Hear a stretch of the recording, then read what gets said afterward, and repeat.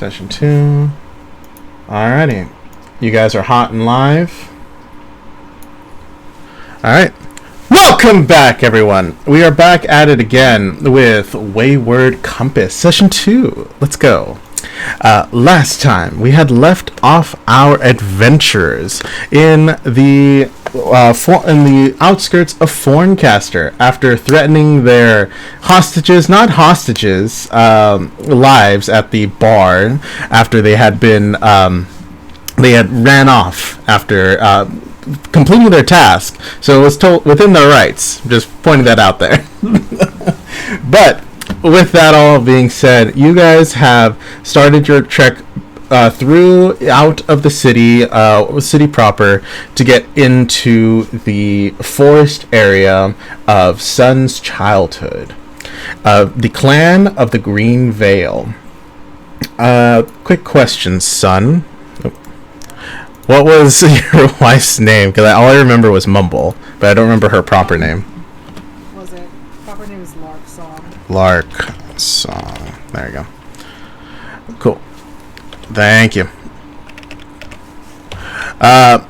With that all being said, save that. Alright. You guys have exited out of the city proper. You have passed through a couple of the farmlands, and you're now entering into the sort of the edge of the mountain range.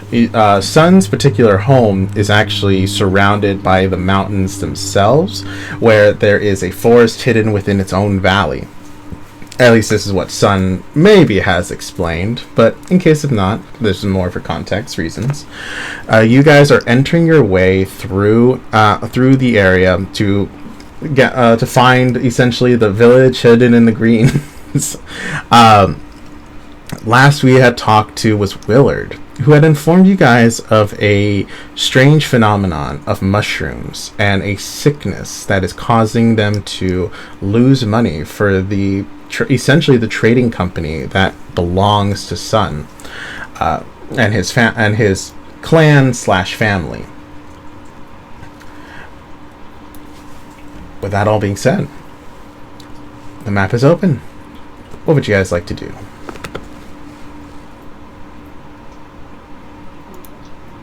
Oh, the camera didn't zoom out. Do you not see it? Right? Yeah, just I was expecting huge areas when I pulled out. It's like, oh, alrighty. Explore, perhaps? Yeah.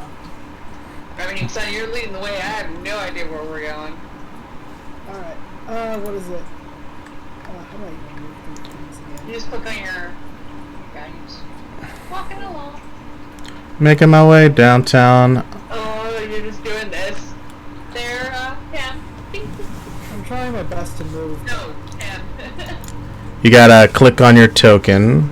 And then just drag it. I am trying to. Hold on, let me see. Did I... Because we're still... I can move Sun's token. So it should be open. I set it to player control. It should be active right now. Yeah, everyone... What tool do I have to be on? Not the rectangle. there is a laser pointer that is like your pointer, and then when you actually touch on your token, you should be able to move them. Lap bar or its icon. So it'll be the one with the little four triangular piece. Okay. So you have the first bar is a snap shift, you have the second bar is undo and redo, and then the third bar is all your drawing tools, the fourth one is movement and measurement, and laser pointer. It'll be the first. Let's go. Okay, well, it just makes me pan, so. Alright, no, I'm having trouble moving them too on my player view. I'm not having any issues. Should we refresh? How about you, Bullseye?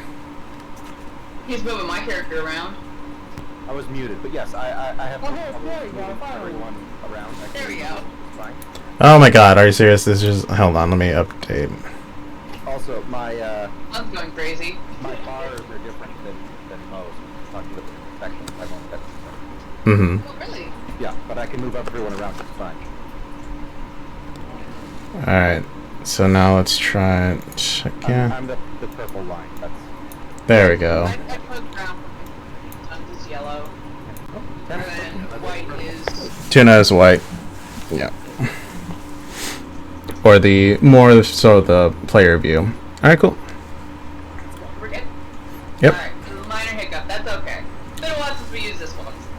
Yeah, this is still our testing, honestly, at the end of the day. Okay, so what is it? Yeah, Sun just goes up to like all these mushrooms and he's like, I never saw these things before. Hmm. How big are these, by the way? Yeah. What was the question? I'm sorry. How big are the mushrooms? Comparative to you guys, they are about 3 of you, like large. These guys are huge. They're about the size of small trees. That would vary on each person. Hammers, I believe, is 3 feet, and then. Oh, that's right. That's right. You're small. You're technically small class. So everyone is. So because we can't like distinguish you guys smaller than what you guys are. So everyone else is medium size, while Tem is a small size technically. So, but you guys still take up 1 square space. Quick question.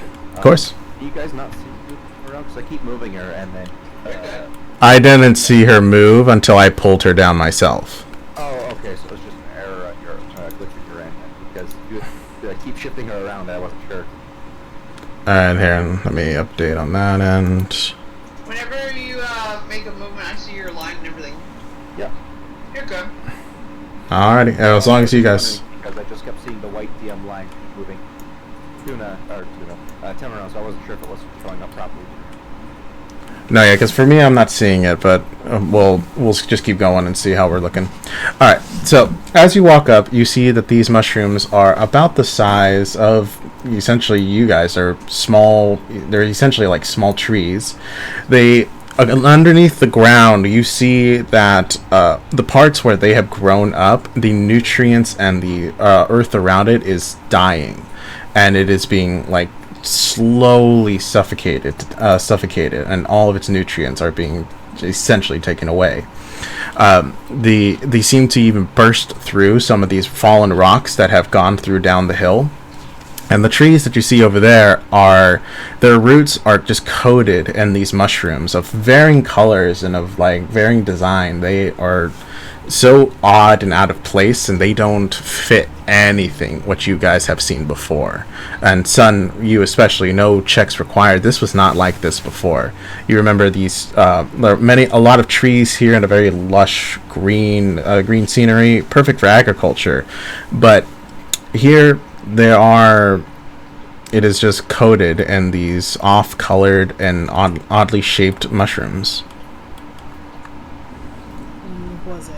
Can I like poke one to see if it's like safe or not? Or Sure, yeah, you can certainly try. Just a quick question. What's going on? These trees, have these fallen down? Is that why they're sideways? Yes, they have fallen. As you poke on them, it kind of like moves a bit, and you see like the fleshy bit like retracts a bit as you like push, and then it will like bounce itself back. Bungee. Lovely. what is it? Can I try like cutting one open then to see what's going inside? Yeah, for sure. I want to back up so I don't get hit by any possible spores. Mo starts running away. Yeah, Sun's also gonna put up like a what's it like just like escape up just like that. Okay. Alright, Cool. Alright, put a rag up, you put your cloak up, and you take the dagger and you slice it. As you cut into the flesh of the mushroom, a poof of spores do appear out as they like fluff out. Go ahead and roll me a Constitution saving throw, please. You do not have advantage, as you do not have any true way of keeping the air not coming through, because this thing is just like full on into your face. 7 and Constitution's +4, so Totals, please. That would be an 11. With an 11, now you take 3 points of poison damage, as the spores, like as you like try to like hold your breath, the still like seep their way in, and they basically affect like the initial area just around it. So Tem, you're just enough out of it where it's not too bad, and then Mo being so far back, it's just not affected at all. But it is just, you are now like coughing up this bitter, like acrylic taste and smell out of your lungs, and it is not good. It's not fun. I'm not poisoned. I'm just wondering. No, it's poison damage, but you are not poisoned. Okay. Yeah. Well, the sun's just coughing up now. But look at me. Don't be careful of that during battles. Tuna believes that these are not proper for this environment. Would I be incorrect, son? Was it? No. They're never here in the first place. Usually this valley is very lush and green, not fungal infected. As Tuna like looks around, you guys can see like further down the way along the mountainside that there are just more and more of these mushrooms, and that the ground itself, it doesn't reflect here on the map, but it is like barren and dying. Like the earth itself is losing all of its moisture, and the trees that you see further down are covered and littered with fungi. I turned to the group going, you guys ever seen anything like this before? Like, Nope. Roll me a history check if you would like, but whatever you guys prefer. what about you, Trey? Does your database hold any of that stuff, or no? What about you, Tem? Rolled a 9, but Tuna will roll his history within. Let me roll my history real quick before I get into it. Yeah, I got a 5. Yeah, Mo doesn't know nothing about mushrooms. Only that they usually don't end up well if they're huge. Tem, you know that mushrooms can be useful for survival, but these don't seem to be those type of mushrooms that you've learned. Other than that, no one has ever seen or heard of anything of similar make or design. These are definitely in some form poisonous, but you're just not sure of how. They just can make a survival check to investigate further. Of course. Out more about Yeah, of course. the 19. With a 19, as you look it over, you see that a lot of the poisonous sections of it seem to be rooting from the stem itself. You think that the gills are actually probably edible, but you would have to cut them properly. The hard part is that getting into the cap, if you get in so deep, it seems that the spores are such in an active way that cutting into the cap is going to cause them to explode out, as you have seen with Sun, and then the cleaning of it is going to be like a big problem. You would have to do a very heavy detox to the point where this mushroom would most likely be a dried piece of jerky by the time you were done with it to make it edible. But theoretically, it is possible. It's just going to take a very long time. So also, so it sounds like the tops where the spores can get, were also pressurized. If you were to light them on fire, the explosion could cause it worse. Possibly, yes. And as far as you're aware, they seem to be relative. That if it follows the same laws of nature, then will easily burn, and the spores will act as kindle. But the fumes, however, based off of your survival check, you wouldn't think it would be very healthy. I would like to try something, but Tuna will back up. Withered bloom on them to suck the moisture out of it. See what that does. Alright. Sun moves back just because he doesn't want to do it. Move Sun back or nothing happens. There you go.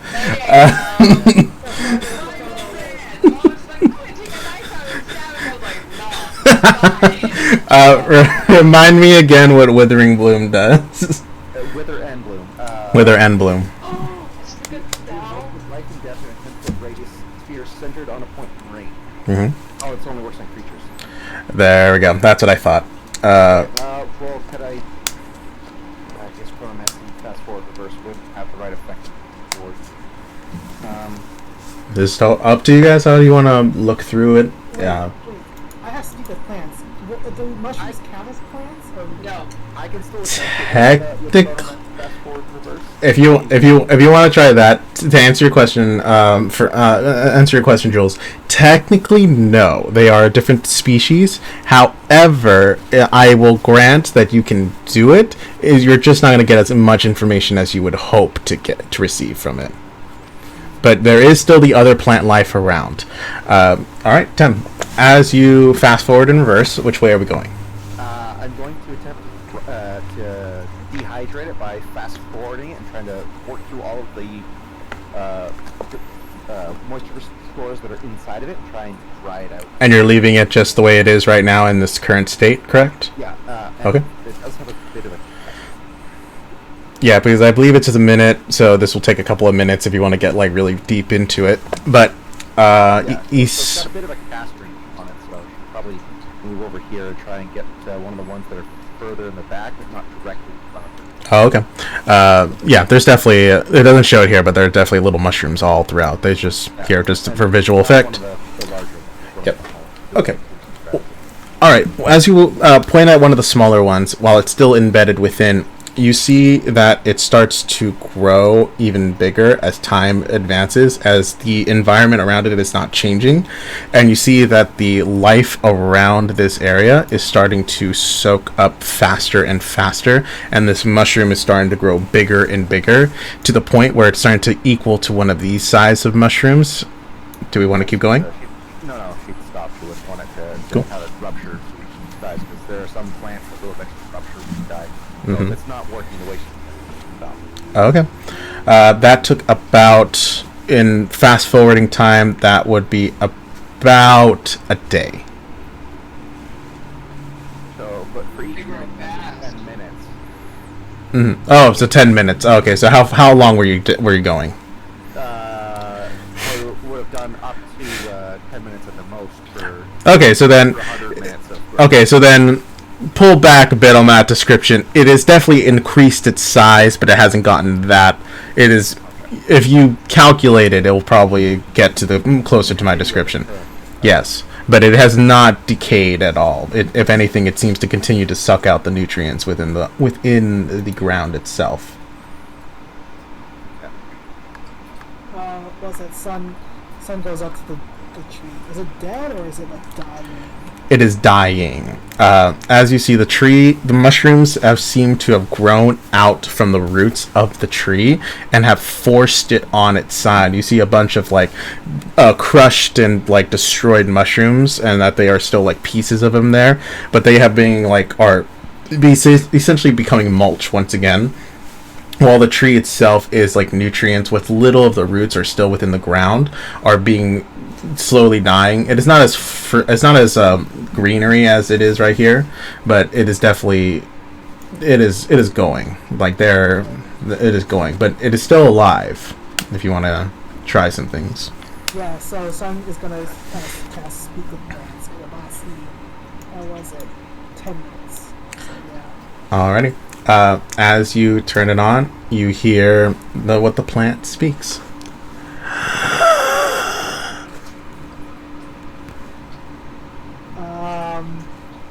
What happened? When did this all start? Decay. So, yeah, I can see that, but what is it?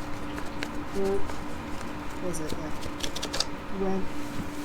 How does it decay? Like, does it burn at all? It steals what is left. Do you know why it came and why it does this? It was out of the blue. Never seen. No warning. It has spread far. How far? It has started deep within the valley and has reached up to here. Within the valley?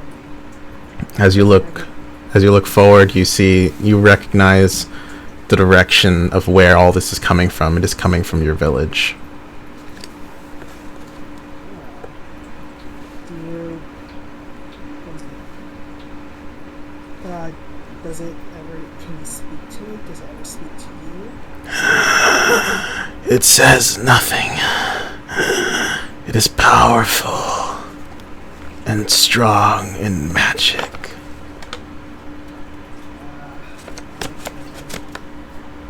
Does it? Let's see. What else should I ask it? Do you? Does it? How long did it take to for you to down you? In my time, months, but in your time, days. It was only a few days ago. I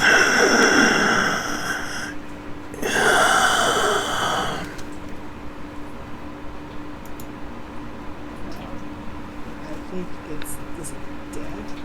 No, it's just really you can sense that like it is fighting as much as it can to live, quote unquote, but it is not doing hot.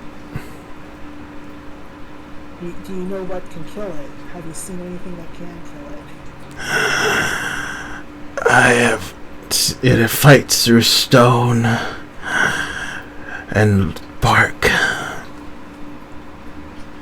There is nothing that can destroy it. It has killed all of my seedlings.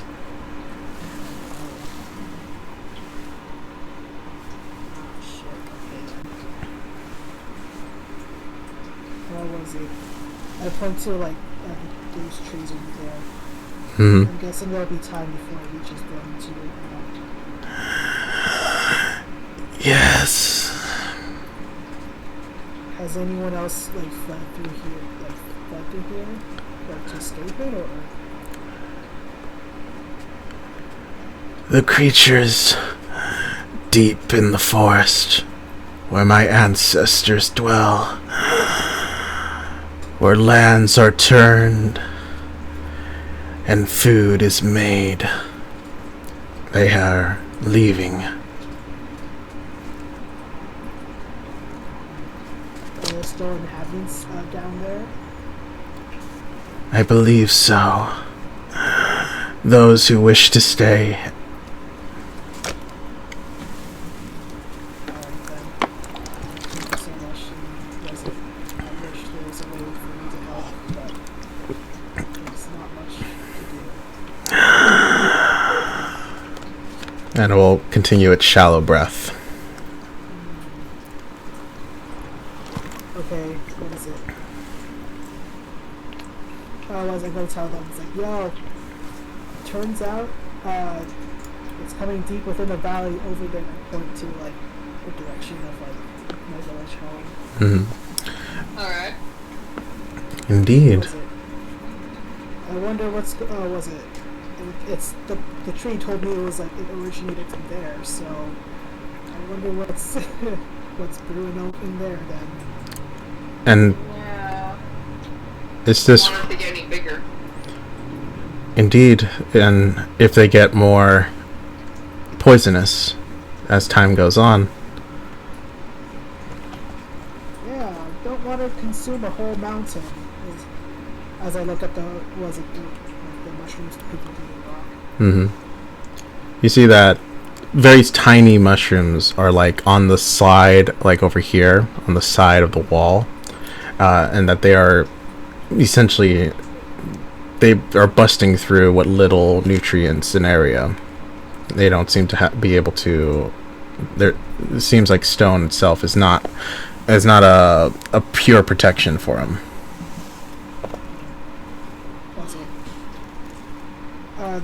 Son's gonna go walk down there because to see if like someone's still there, like on that. Cool. On that What was it? As Sun is walking away, Ken would like to try two more things. Of course. What do we want to try? First of all, I want to make a stealth check. Alrighty, go ahead and roll it. Okay, so the first thing, I was doing a bit more reading further. At the end of the first paragraph, it states that non-magical vegetation in that area withers. So this would work for the fine-tuning process. So Okay. he's also going to cast that Alright. See what happens.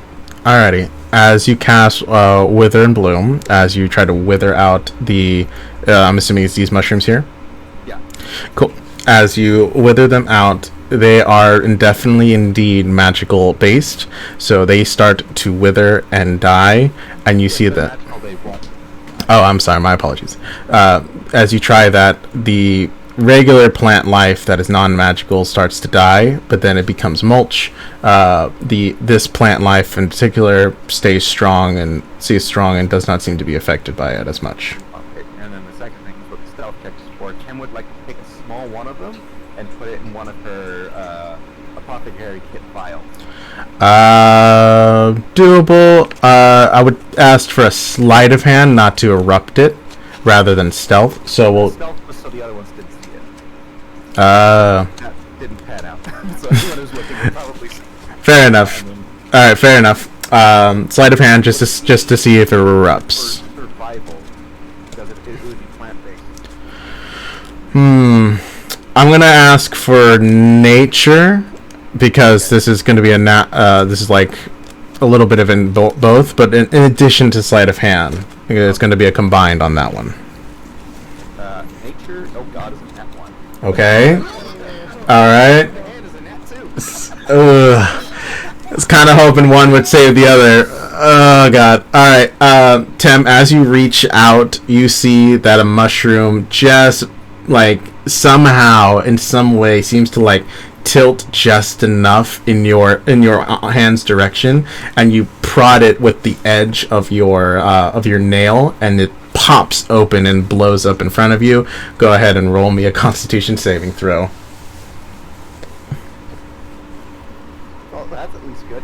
18. Okay, you do not take the poison damage. You're able to like hold your breath long enough and back yourself away far enough so that the spores do not like infest again, get within your body. You do not take any poison damage, but you were unsuccessful in gathering any of the mushrooms. As you see that like the one that had exploded kind of like falls, and you can slowly see that like it'll start to eventually over time start to sink into the ground. But I also have, let's see. and you guys see, and everyone else sees all this If they're looking. if you're looking. Okay, I see that happen, and I was like, you know what, I'm gonna try this. I'm like, what is it? Like, I grab, like, what is it? Again, just like, put it against my face. Okay.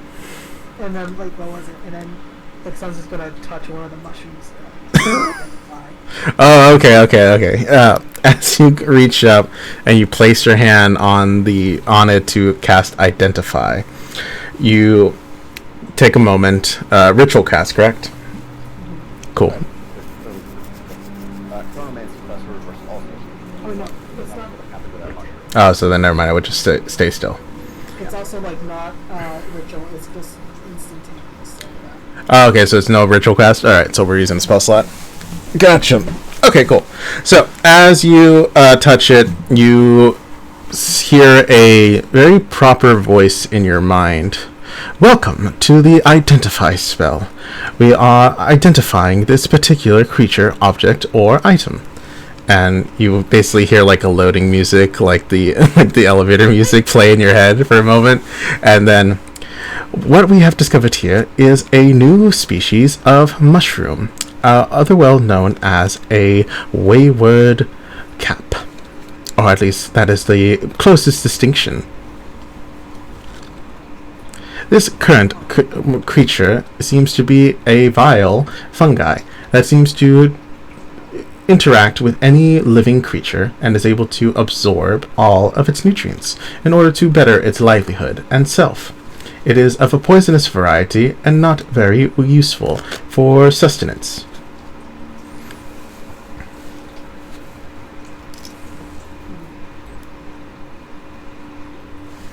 If it takes nutrients from living things, how is it doing that from the rocks? Oh, microorganisms. I mean, yeah, on it perhaps, but that's like microscopic organisms at that point. So it's called a Wayward Camp, or is it What? Wayward cap. Cap. Wayward Camp mushroom. Is it a bio mushroom? It is a poisonous, like aggressive mushroom. Also, while that's going on, just to make sure that nothing stays on Tem, because she's a little paranoid of all this stuff, Yeah. walk away from everyone onto the dirt path, and then create a bonfire under herself to burn everything. Cool. Yeah, cool. You're pretty solid. I assume you remove your clothes. No. Alright. Be honest, guys, too. Alright, your pack burns up as well then, technically. Unless I'll grant you a dexterity saving throw to try to like save most of your stuff so that like it gets a quick like heat treatment but it doesn't burn up too badly. There's damage for that, and dex save. Dex save is a 16, and the dex save for bonfire means half damage, half 5. Cool. So you take half of that. The clothes are relatively okay. They're definitely a good singe on them, and with enough with a decent amount of activity, a lot of it is going to start falling apart on you. So Oh, the pack would be the worst thing. Her armor is heavy. scales and bones and whatnot, so it's not going to burn easily. No, yeah, like. Pack would be thin. I'm thinking more of like the cloth material that is a part of it that's keeping it together, and that like you would like normally wear on you. No, Yeah, fair point. I yeah. forgot about that. That's what I'm focusing on, because I know the scale armor itself is not going to get that very much, if anything. It is the things that are keeping everything together. That is what I'm worried about. So right now, they're good, but too much activity, things are going to start falling off. So you. Okay. And then she'll cast landing and fix all of it. Perfect. Then we're all settled. There you go. Even better. To finish off your identify spell, this particular mushroom is unclassified and unknown. The only intent is of danger. However, more research is indeed necessary in order to discover, as it has not yet been learned of the magical resources.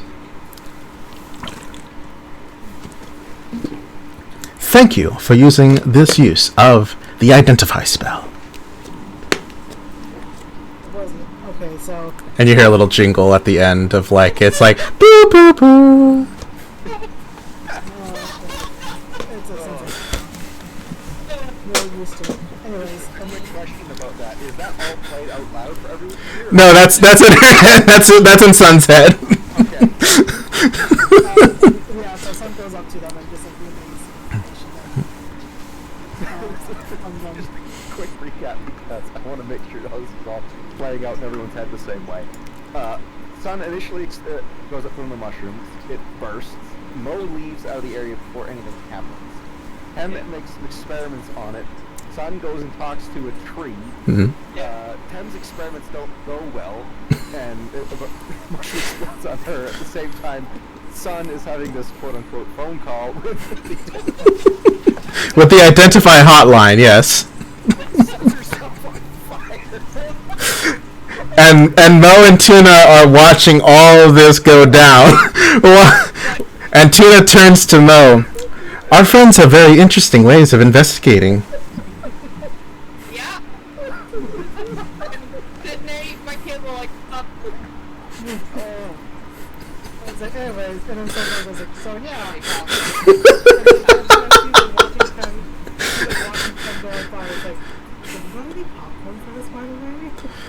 I believe I do. And he'll pull out a corn on the cob that he's been saving for a while, and he'll pass it on to Tuna. Will pass it to you. It's like, that's not how you make popcorn, I believe it is corn based, is it not? It is popped corn. but no, you need dried kernels. Anyways, He will start to fathom this as he looks at how to dry a piece of corn. I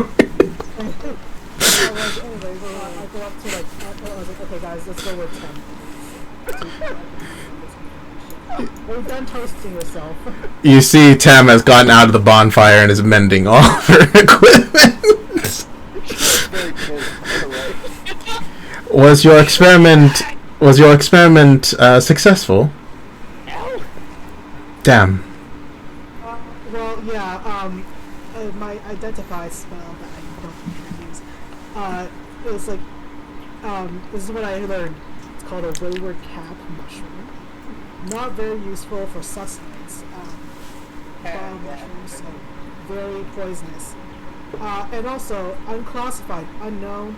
Nothing has been learned about it, nor about its magical properties, so, we're dealing with an unknown monster here. I love it when things are magical for no reason. Are these the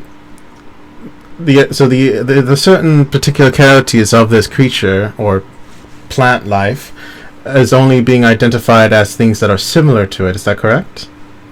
Yes. That's how you usually do things. Compare species together. Well, this just makes it more difficult to get rid of, I guess, if that's the goal here. So how do we get for that? Indeed. Yeah. I know we're going to your home and everything. Should we Yeah.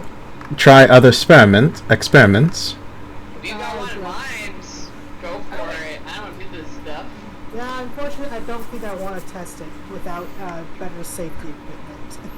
Well, I can produce a jet of cold to the creature, to the fungi, and to see whether it responds positively or negatively. Yeah, let's see. I'm just gonna walk over here and then, just for shits and giggles, because she's pissed at this. She's going to expend one of her charges of guiding bolt from her star map to see destroy them with radiant light. Alrighty. Tuna will get sort of, what is that? That's about 60 feet. He's going to get a little closer and he's going to shoot off a ray of frost while you shoot off your guiding bolt. Both blast goes out, no rolls necessary. You see that the mushroom in the cold is fridge lining, and it is definitely decaying, but it's like absorbing the nutrients underneath it in order for it to sustain itself.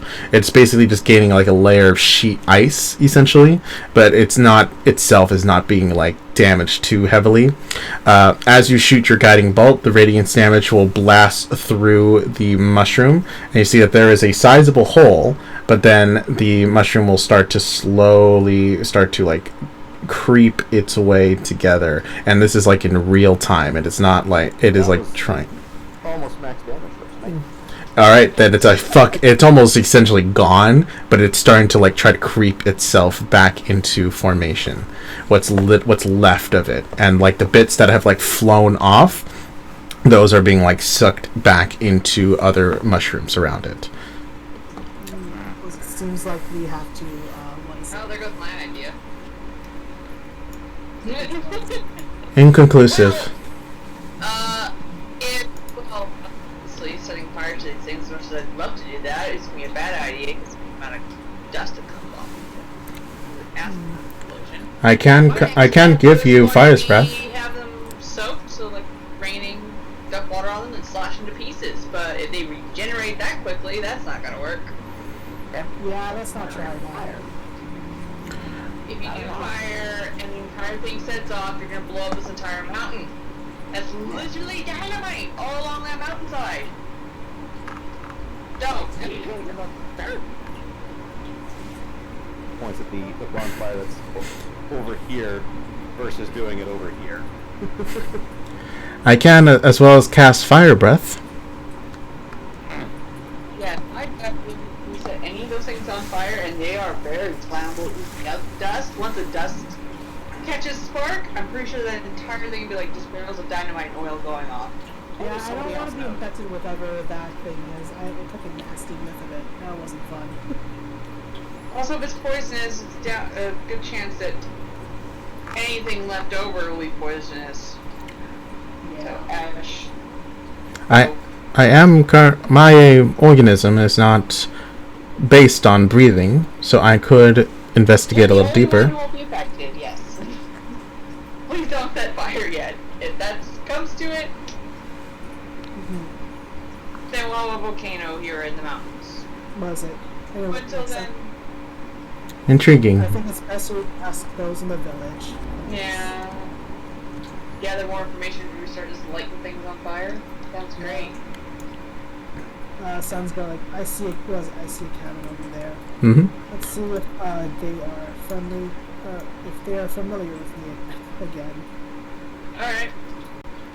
Cool. You guys make your way down, and you see the mushrooms have essentially grown out very deep from the pathway that leads you to. They've essentially just covered the path where, like, you see, like, there's like now like a new, like, it hasn't been fully paved down and become a road yet, but it is just like a walked path that is like avoiding the mushrooms, sort of like in this area leading downward or southward. My apologies. Or actually, no, oh yeah, my apologies. You're northward. You guys are heading north right at this current time. Okay. This way. This is north. Okay. All right. Alrighty. As you come up to this cabin, hold on, let me switch my views. You see. It's not a cabin in the woods.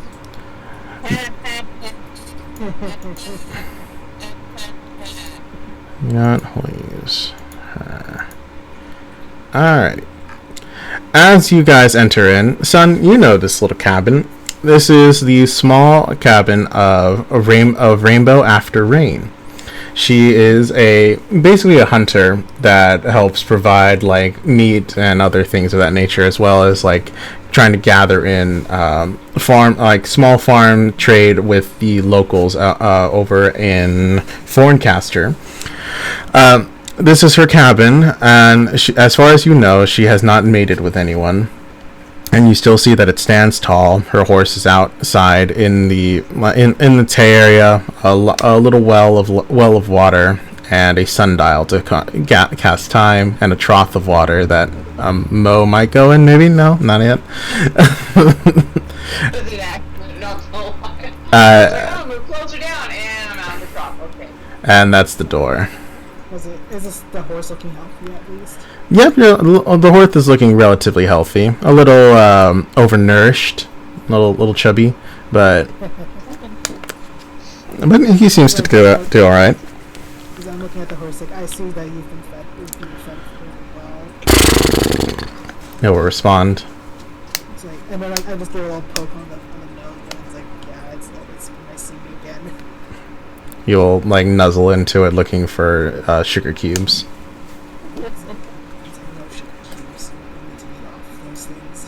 You hear the door opens up as Rainbow After Rain appears. She is more of like a tigress design with a little bit of like rainbow fur coating around her armaments. She has she's very tall. She's a little shorter than you, son, clocking in a little around 5'5". And she has a like dark black mane that's sort of like surrounding her, like acting as like additional hair, and then her fur itself is like of a golden color, and she has like a white strip of fur along her belly. As she opens the door, son. Oh, go ahead. Yeah, it is very well stocked. As she opens up the door, son, is that you? Yes, it is. It's what's your short name? Like, Rainbow. I was like, hey, Rainbow, it's me. It's been a while. It has been such a long time. And she'll come up to you, and she looks at you and sees how things have changed, for better or for worse in her mind. Is Tim still fussing there? Mm-hmm. Yeah. Yeah, and I'm just like, excuse my friends, they're curious fellows. Oh no, it's not a problem. I sometimes have to dunk my head in there after dealing with all of that, and she kind of points out to the whole like sea of mushrooms that are outside. But is immediately gonna spit up the water.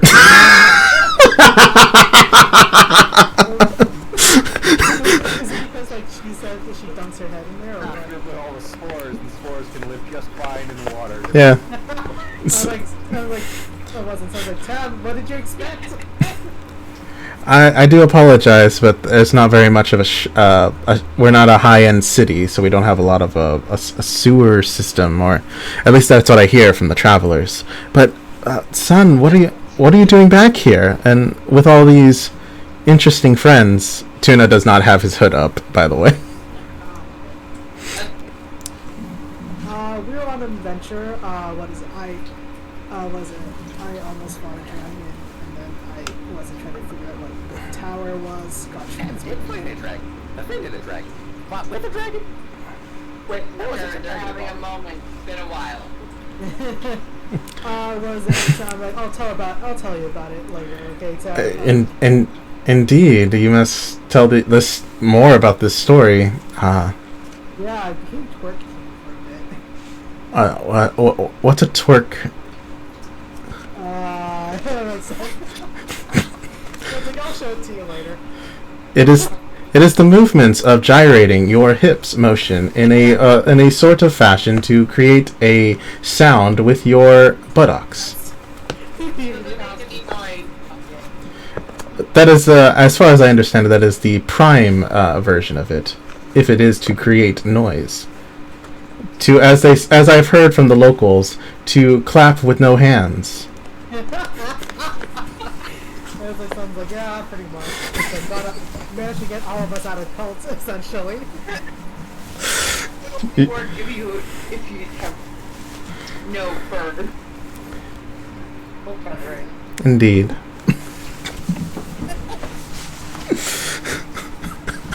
Sam's just gonna scratch his head confused. You don't know. I've been making a lot of things for Tuna to say. I've been ready, dude. I've been so excited.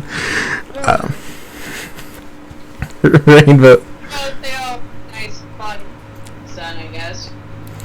Yeah, what is it?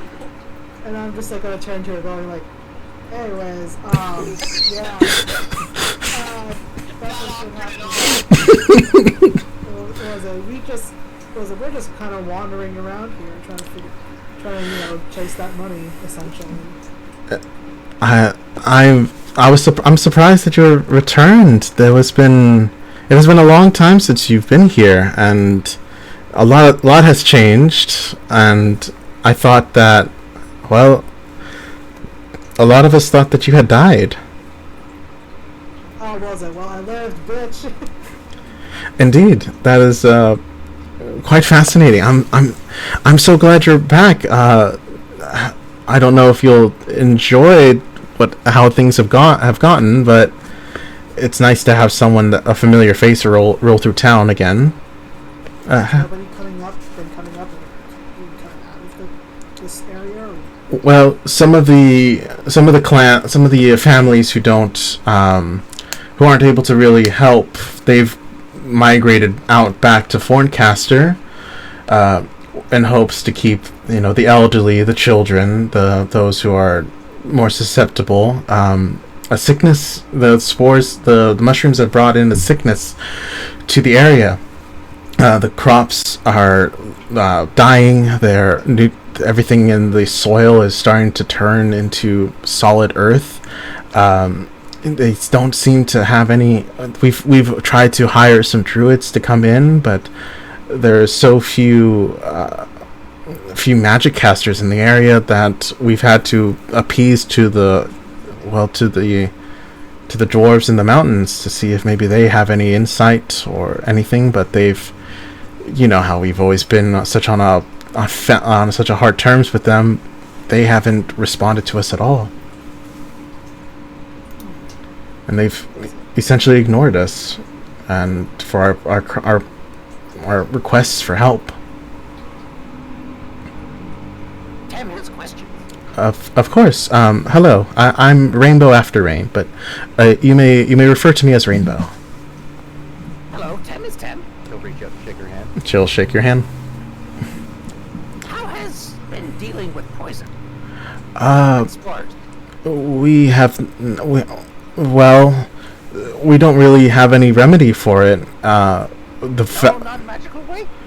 We've tried some healing herbs and potions, and the few that we've been able to obtain, our magic casters in the village aren't very well versed, so they haven't been able to do very much.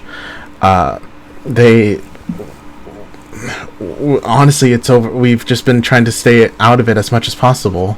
Only some of the major leaders are in the village now at this point, and that sounds like major leaders like village. well, she kind of looks at you a little awkwardly. Larksong is there, and some of the heads of the other families, and as well as your siblings. There's well, then that's good that you didn't miss them. But they're here to still protect.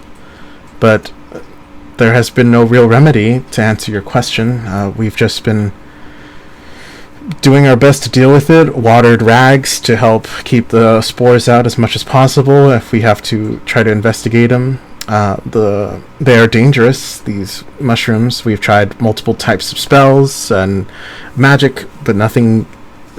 Fire. They're susceptible to fire, but they're so destructive that we had a caster had come in and attempted it and almost blew up half the village.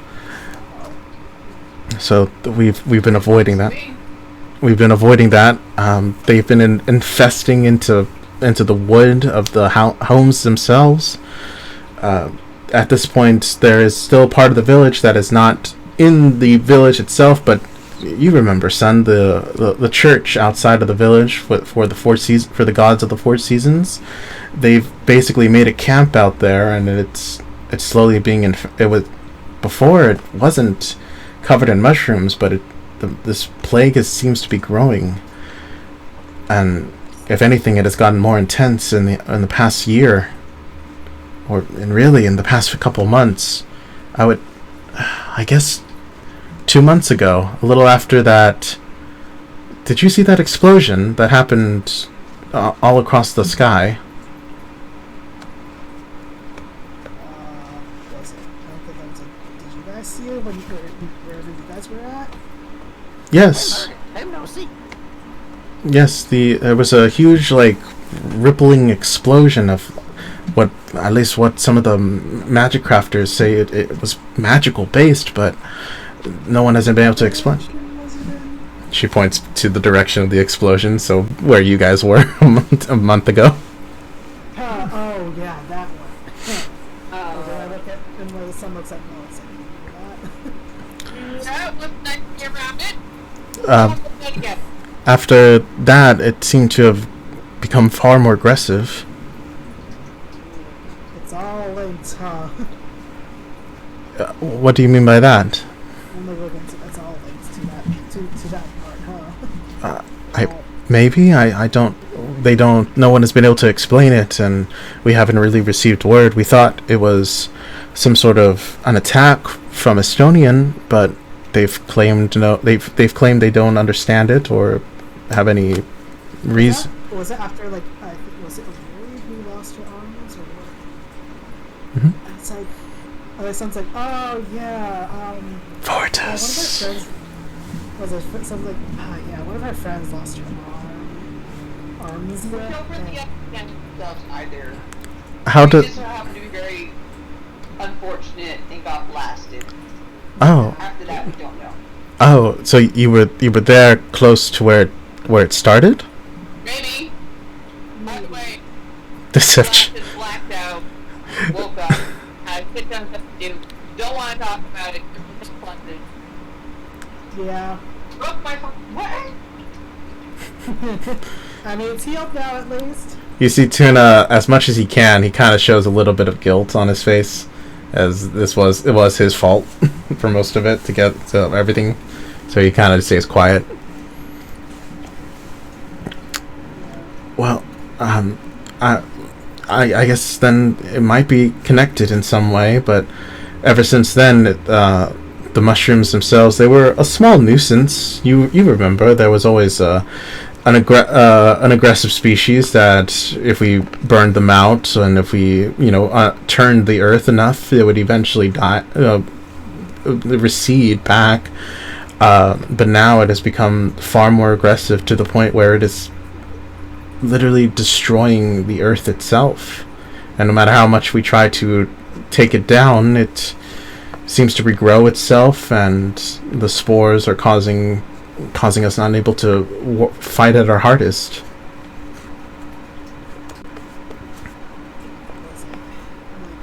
The most we can do is resistance, poison resistance potions. Sounds like, if only we had, what is it, group of magical, was it, like we need some magical beings, because they might be able to help, but this doesn't seem to be good. Well, Having someone who is crazy with magic is probably not going to be the best situation. Tuna was about to raise. Tuna was about to raise his hand as he was a magical person, and then Mo saying it's not a good thing. He'll put his hand back down. I meant particular ones. You're not crazy with your magic for the most part. I'm sorry, Tuna. I didn't mean to upset you. Hold on, no, I'm gonna do a deception check. He's not. I don't want him to know. He doesn't want anyone to see. Hold on. 2 seconds. Literally standing right next to him. 22. He did it like very quietly. Like he just feels sad, okay? He's sad. Sorry, Tuna. It's okay. Sorry. It's okay. Tuna will take it. He'll take the L. Alright, so, Yeah. Tim has some more experiments. Of course. What do we want to do, Tim? First thing she's going to do, this will take some time, she wants to ritually cast Detect Poison and Disease to see if she can't gain any information about what type of poison and or disease For sure. may be enhancing these mushrooms, if that is the case. Okay.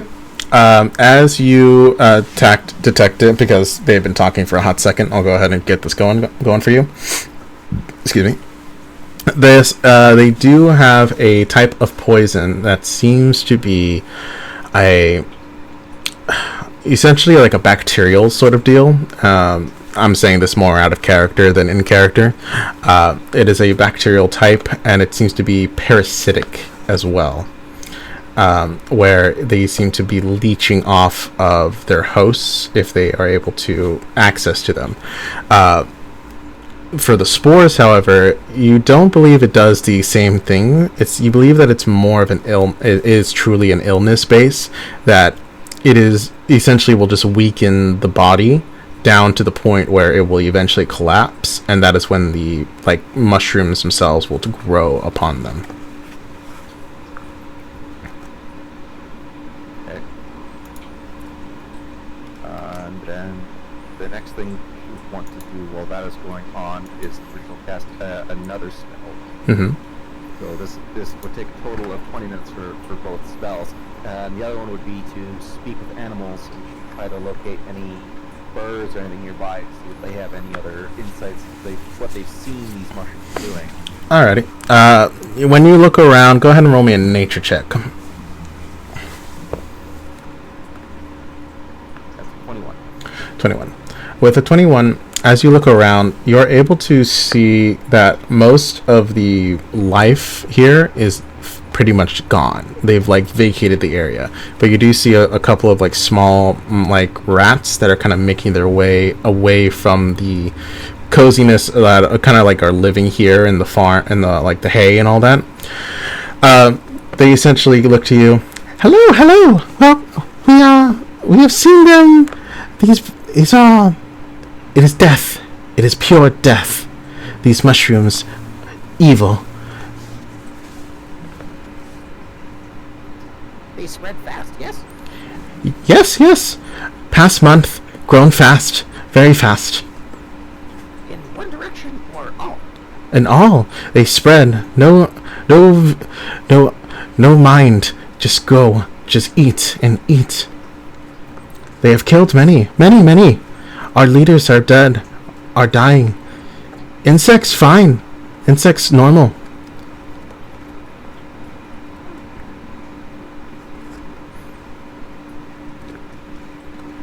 When start, if no? Many months ago. When explosion, change, ripple, magic infused land itself. Evil is becoming more stronger.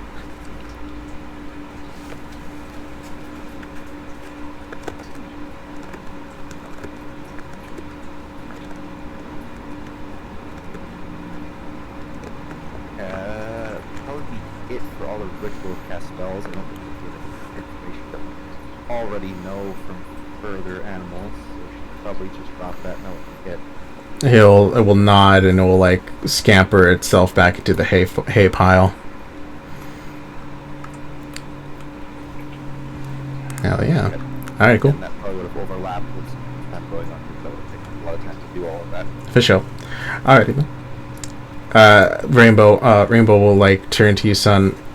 And if you're looking for magic, the closest thing, and a lot of people have been at this point, have been praying in hopes that some divine invention will help us. If you want to check out the church. You guys want to see just like a church? See other survivors, I guess. I would warn you, Larch Song is there. She tends to frequent there a lot. She has changed a lot since you've gone. For the better or for the worse? I couldn't answer that because to me I never saw the problems you always talked about. I know, I understand it was what between you two and something that I can't fully understand because I never made it, but she seems still kind and still trying to keep the village running.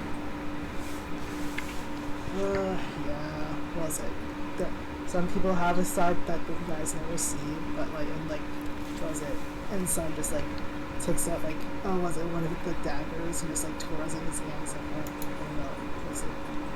Gotta go. Let's see. Yes. I'll have to see her. She'll kind of nod, looking a little solemnly at you. Just prepare yourself. It doesn't look like home anymore. Was it? Yeah, it's like someone goes, alright, you guys ready to go into the village? Like, you guys had all your stuff like ready with you? Yeah, I mean, nothing's really changed for me at the moment, so. Tuna seems to... We still have like our rations with us, right? Oh yeah, we're still good for Yeah, they're still good for now. Tuna believes that Tem seems to be conducting more experiments. Yeah, he's very crafty, that one. Indeed. Very proactive. What experiments did you do this time, Tem? Oh, Tem's off in the distance. She can't hear you. The Tem is performing those experiments while the rest is going on, because that would have taken a total of 20 plus minutes. Yeah. Oh, okay. So this is definitely like one of those long conversation sort of deal. Tuna's just pointing it out. Was it?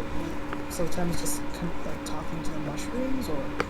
I have no idea what Tem is doing. Tem is doing something. Depending on where this falls in that timeline.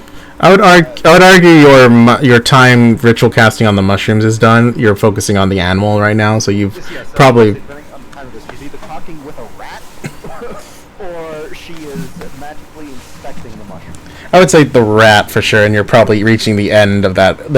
I'll go ahead and just, for the sake of convenience, that the rat has gone back into his hole, and you have collected the information that he has given.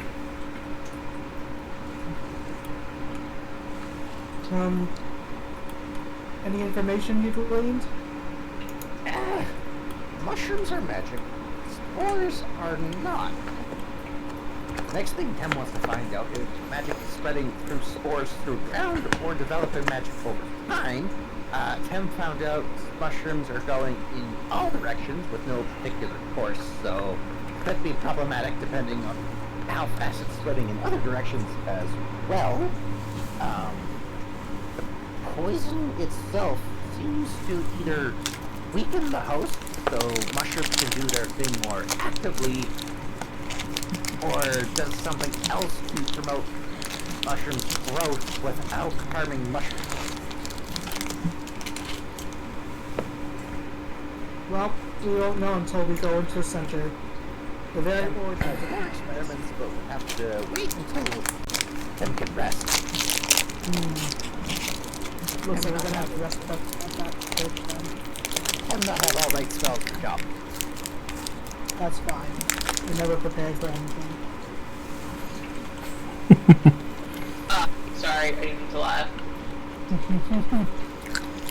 It's almost like the DM takes into consideration what you guys have. Like he does his job or something. Well, it sounds like, well, I guess we'll head out into, like, the village then. Is everybody ready? Yeah, I don't see why not. Tuna will nod. You see Tuna starts to like pulls out a couple of like pieces and starts to like try to put them together. And he's going to attempt to make things while you guys are walking. Go and roll his... No, not deception. What I'm doing. I'm stupid. Sleight of hand and a wisdom.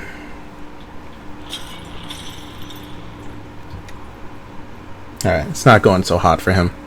But alright, cool. You guys are going to make your way over. Let me get...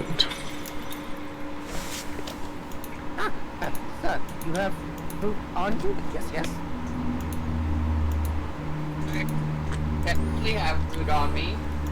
No, son, Why is it matter if it's son's food? because you were in an explosion. Oh, right. What? Oh, right. They could have gotten onto the stuff. You need sterilized. With fire? No, How do I sterilize them? give Tem fix. Okay. Alright, quick question. While you guys are fixing this as you move along, are you going to bypass the village to go straight to the church beyond, or are we going to go directly into the village first? Tem's gonna be focused on what she's doing. No, I'm asking Sun, yeah, because Sun's leading the charge right now. Was it, will we have to fight anything in the village? Well, we can't answer that. I'm not gonna fucking tell you that. That's spoilers. You find out. What do you guys want to do? You tell me. It's the faster way to go there. Well, the most direct route is to just go straight and bypass the village entirely, because you know that the village's church is sort of separate from the whole agricultural center, and sort of it stands on its own because it's literally like within nature, because it's actually a church made for the gods of the seasons. However, you can go through the village itself and then take the path along it to get out into the church area, but you don't have to go through it. So, which way you want to go? Entirely your call, son.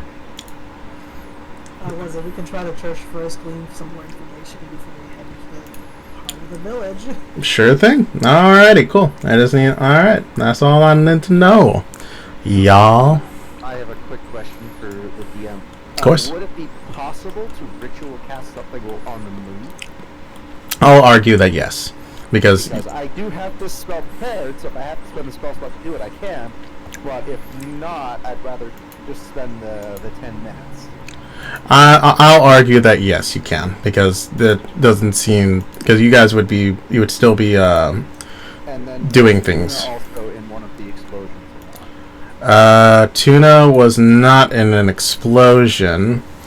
He was 60 feet away when he did the frost stuff, and when you guys blew up the radiant stuff. Just the food from Tem and fun stuff needs to be okay. Exactly. Alrighty. Okay, Pulling so you guys to a new level map. one, then she's going to cast Purify Food and Drink as a ritual Cool. to remove any poison from the supplies. Excellent. But I do have that prepared as an actual spell, so if I have to spend a slot, I can. Everything, all the other stuff with the mushrooms earlier, I didn't have Copy that. prepared. Yeah, I'm good with that. That works. Okay. Okay. And you guys should be loading into a new map. So just give it a sec. while I get your imagery up and running.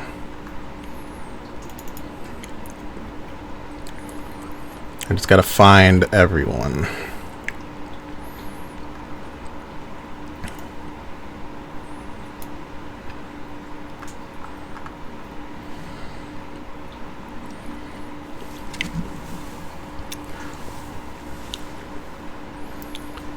How are you guys liking Dudes on a Map so far? It's working out alright. I'm definitely learning more about it as I experiment with it. That's probably a running theme here. Oh, yeah. Yeah. Also, I miss being able to twirl like our. No, same. I miss that so much. I hate the pointer and the little token manipulation that we can do with it. Like, it was such a small thing, but it like adds so much depth to like the RPing the character on the map. Yeah, like where you're facing and all that. Alrighty, cool. Whoa. Hmm. Bit of lag as I jump. That. Yeah, there's gonna be a little bit of lag. It's almost done. Give it another. This is a large map. Oh boy, I see everything already. I don't see any. Oh, there we go. There you guys go. Cool. If you guys want, you can go ahead and change the color of your... Oh, wait, hold on. I gotta remember, I have to activate this on every fucking map. This is one thing I don't like. There should be a campaign setting, not a fucking map setting. I mean, I could drag my own token onto the map. I mean, if you guys want to have your tokens already set up, and just drop them in on the map, that would be awesome. Well, the one that you're using for Tim is different than the one I've got. It's face, but I can swap out the other picture. Up to you, however you want to do it. But it's just I'm realizing that. Okay, you can adjust the. I was messing with this earlier. It's like, why can't I adjust the size of the token? And I can. I was just using the wrong token. That's why that wasn't working. How'd you do that? How'd you do that? Under tokens and then edit at the bottom it says size and then in brackets squares. Mhm. Adjust it from 0.5 to 5. Okay. I set the 0.5 because she's small, but if you're, I need to swap out her other picture here. Yeah. Got the one with her full body on it. But I mean, yeah, I could delete this token off of if you want to do that. There. And now Tim is actually kind of like There you go. tiny but small.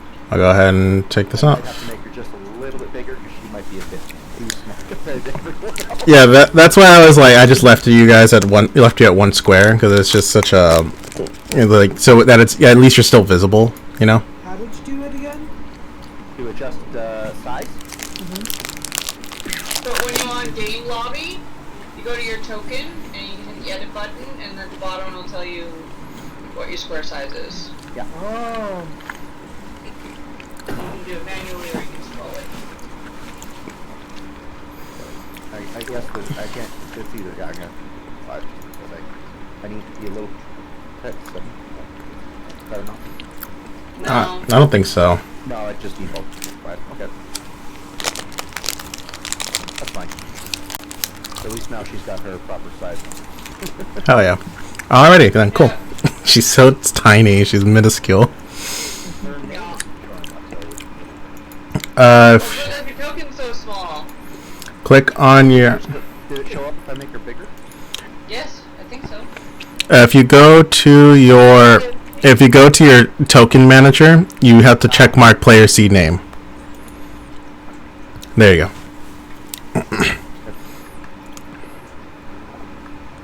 Alrighty, cool. Everyone ready to rock? I think because she was too small. As soon as I made her bigger, it shows up. Make sure you down this way. That's okay. I'll just leave her this size. She's full this way. Yeah, because that Move her around when Is she's that your token or is that the DM's token? that my turn. Because it's still red, so I was just wondering. Oh, right. At least it looks red to me. I don't know if it's yellow on your side. I'll make it yellow. trying to move her around when she's that. no, yeah, we know, Yeah. we know. Yeah, okay. Alrighty, ready to rock? Cool. As you guys walk your way through, you see that there is a village just beyond the way. Like the path kind of forks a little bit, where you kind of return back to the actual path line that was created, but that is like basically overtaken by mushrooms at this point. You see that the village still stands fairly tall. There is no really high story buildings, only like one very long, like silo like tower. But beyond that, the village seems to be relatively intact. You see mushrooms sort of coating around the area.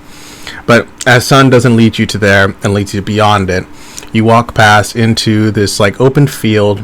You see that the forest is still in its bright autumn colors, and you see that it is basically a very open space, and you see that there is a small river that kind of joins in through and sort of comes around, and that further beyond you see that there is a lone building just beyond the way that stands tall, made of stone. And you see that surrounding it, much like a small village, there is multiple tiny tents coating around the area, and you see just beyond and through all of these vegetation, you see that there are still more of the oddly colored mushrooms sitting beyond.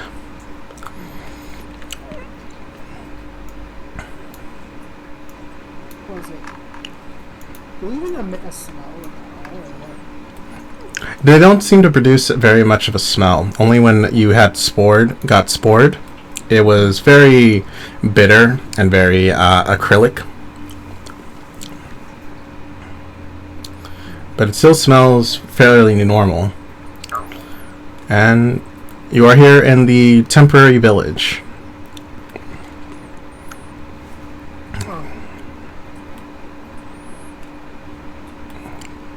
Cool. Well, guys, here's a temporary village.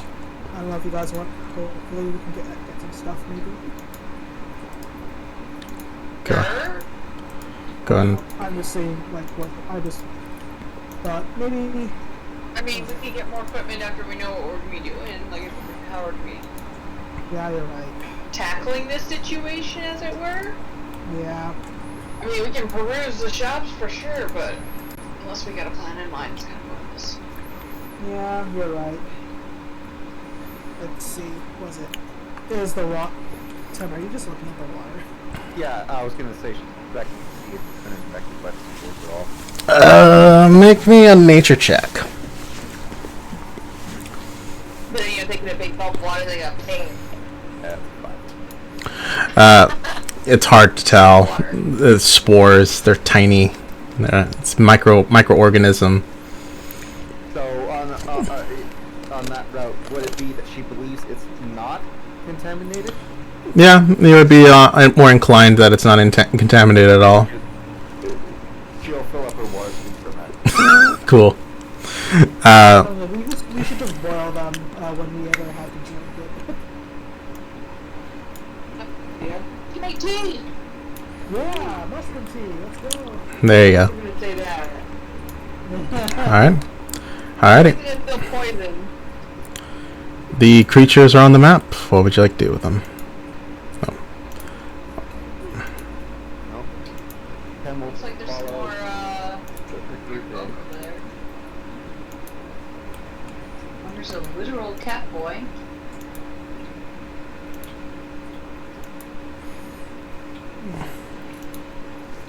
Wow, map jumped. Whoops. My bad. I hate that the map.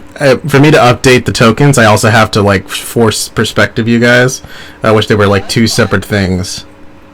Moving the character back to where you want it No, it's launched me. Yeah, it did the same. Alright, cool.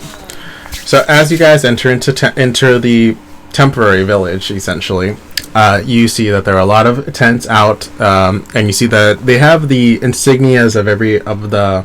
Son, you recognize this, that there are like still trying to like uphold the tradition of like signias for every family and like for their particular jobs.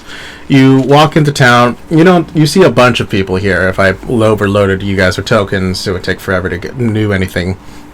You see that there is a lot of the elderly, a lot of the young, and as well as some of the well-fit but fairly like unimportant people of the village. They're sort of like the administrative pushers, the ones who would like actually be the transportation, and they just kind of fill out like all those like excess jobs that kind of need to get settled when running a business. They're the kind of the ones that are sitting out here. The ones that you really recognize and the ones that you were close with as your family were one of the warrior families that were actually designed to be the bodyguards and protection for them. You see that Bright of Candlelight, one of the large farmhands that actually is like kind of like in charge of like basically guiding the rotation of the crops and everything. You see over to the side Fallen Rosethorn as well. He is one of your one of the fellow warrior families that seems to be here on guard duty. You see Fallen Star to Earth. He is basically meant for the shipping company, essentially. I felt like if it has to, his family deals with like foreign diplomats, and that is like his speciality. Since this has nothing to do with it, him and his family are still out here. And then you see beyond the church walls themselves in the shape of a key. But those are the only three that really catch your attention at this time.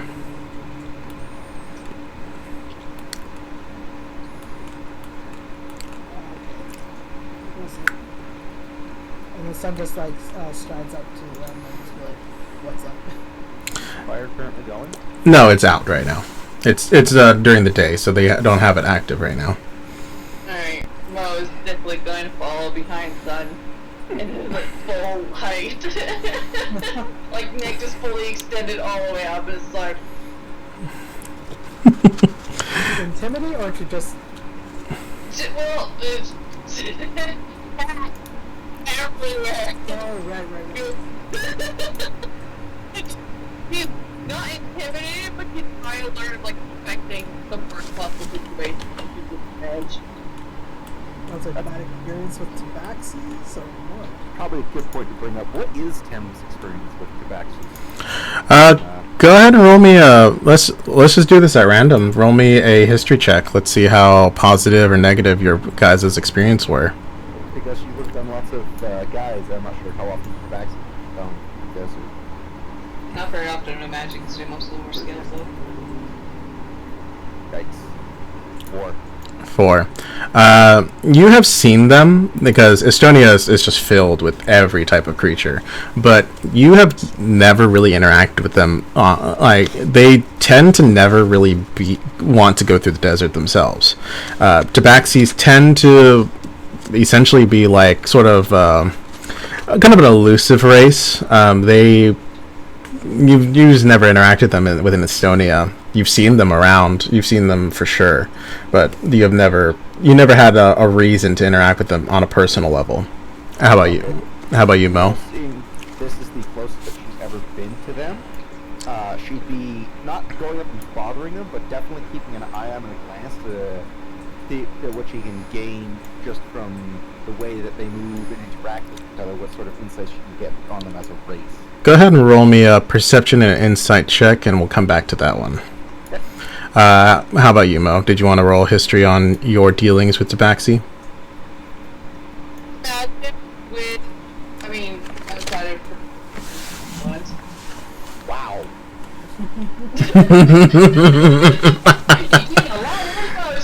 There you go. Roll me an 18 with disadvantage. That's really good. Oh, that's still really good. Roll me the insight, and then we'll roll back to that. Cool. Alrighty. As for on mom's side of things, he has probably had some, depending on, I don't know what the situation of the taxi is, the settlement others in it. So depending on where that settlement stands with Tabaxis, and depending if she's had a lot of negative encounters or she hasn't had much of an encounter at all. I would argue that I would argue that your particular flock, you haven't really had a reason to interact with them so much because you guys were physically like, you were close, but you were like super hard to get to. Like only aviators were able to really access your tree line, and like your like basically village, quote unquote, was sitting in the trees. There wasn't really a reason for Tabaxis to travel up there. Where he was, well, like her nesting grounds, if you were. Yeah. There, as far as she's concerned, there was nothing else around that area except for that. Yeah. Like the only like and in. Oh, in Sapthor. Okay. Yeah. On that because her mom is doing a lot in Sapthor. Your mom would have informed you of the other races because as you were a fledgling of someone who is like meant to be a diplomat slash leader, they need to be aware and have an idea of the cultures. So you have a general idea that Tabaxis are very proud individuals and they tend to be a bit more on the thievish side, and so she would have always warned you to kind of like double check your pockets whenever dealing with them. But you've only ever gained that because in her mind that was all that she really experienced in the cities. This is kind of the first time you've ever seen like an actual village of Tabaxis, and that actually are like not thievery, but they're actually like a home. Like this seems to be a home. A flock. A flock in your mind, yes. So this is definitely a very altering experience, but what you've seen so far is a little different from what you've been able to gather. But yeah. Bucket Tuna has not really experienced a lot of the world, so all of these experiences are still new for him. No role really required for him. He doesn't know much. You're like, oh, there's more. Cool. Yeah. Like there's one. Yep. Alrighty, what do you guys want to do? Let's do it. You roll into town. You see, a lot of people glance over to you as you are strangers coming into a very like personable space. But they all see Sun, and a lot of them look to you with kind of like an awe.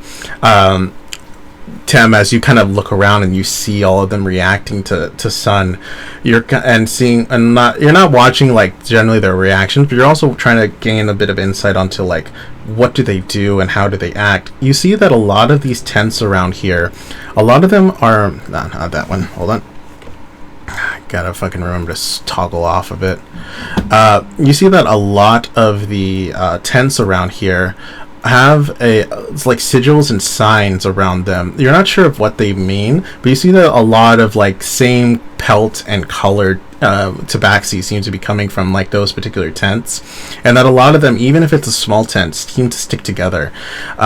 You could kind of glean that within the clan there are definitely families within the clan that seem to stick on their own, as well as that when you look around you see that a lot of them look to the Sun with kind of a pity and surprise that they did not expect him to be here in all places, and more of like a shock of like as though they're seeing a ghost for the first time. In addition, you see that the walls of the church seem to be kept up very well, and even in this hard times, they still seem to be it still seems to be a treasured ground. You see beyond this place that there is a graveyard further beyond, and towards like the your north is still below you, is still down. So further northward, you see that there is a graveyard beyond that way, and that has been mostly left untouched by the people.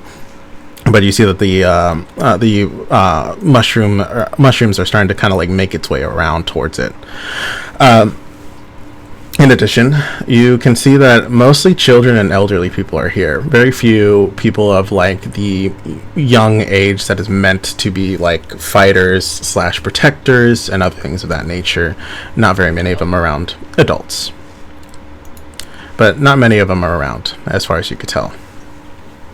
As Tim's observing all of this, she's going to whisper to Mo as sees that the group doesn't seem to take kindly to Sun based off a quick look. This lounge doesn't seem to like him.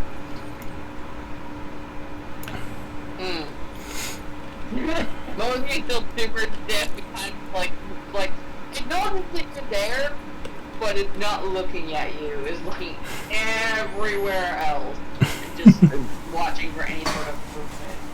Just a reference for everyone else. A lounge is a group of wizards, so that's what anything that's a group she refers to as a lounge. Nice. I'm just thinking of a nice little lounge with a fireplace in the corner. It's a group of wizards, so anytime it's a group of anything, which is 3 or more, she refers to it as a lounge. It would be really funny if one of you guys was a crow, because then that would have been really funny to keep keep referring to people as murderers. It's not just those that are. It's called a gaggle because it's like a group of geese are called a gaggle of geese. So Yes. Yeah. Called gag. Yeah. Also, we're gonna get on to this whole thing of like, it's a bit of knowledge. It's a cloud. Yep. Those But were Tara, you louder. know that. No, but anyways, there you go. I never knew that. Never heard of that before. But all right. Yeah. was it? Was it? Sun just wasn't doing it. Don't worry, these guys are all safe. As you say that, fallen star to earth is gonna come up with a dagger in hand pointing at you. What was it?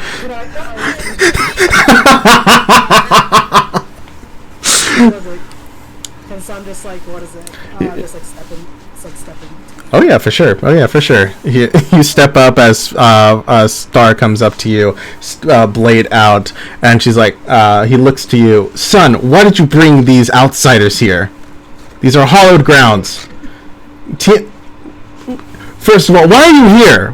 What the fuck are you doing back here?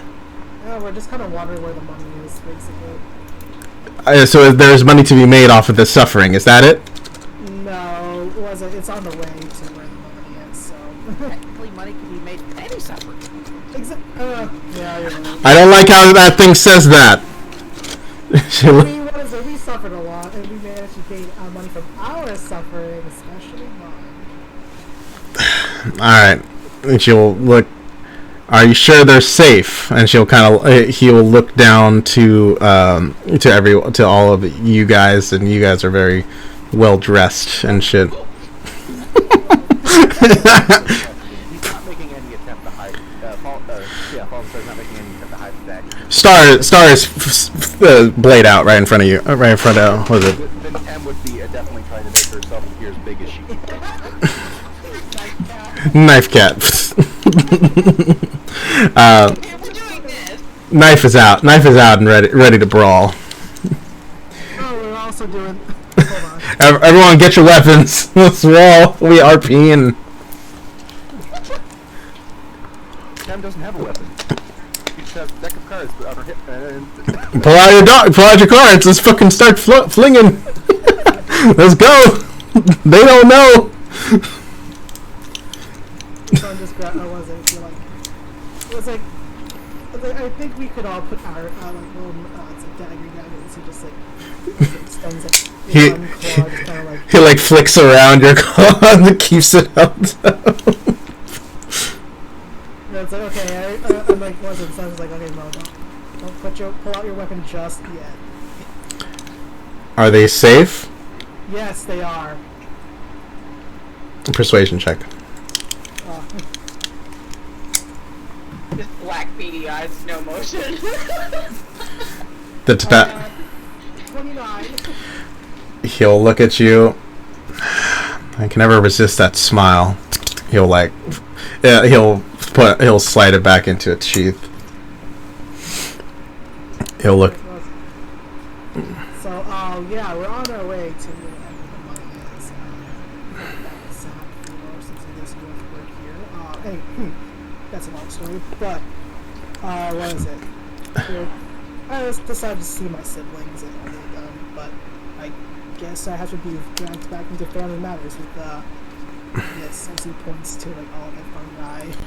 He looks to you. If you're looking for your brother, your siblings, they're back in the village.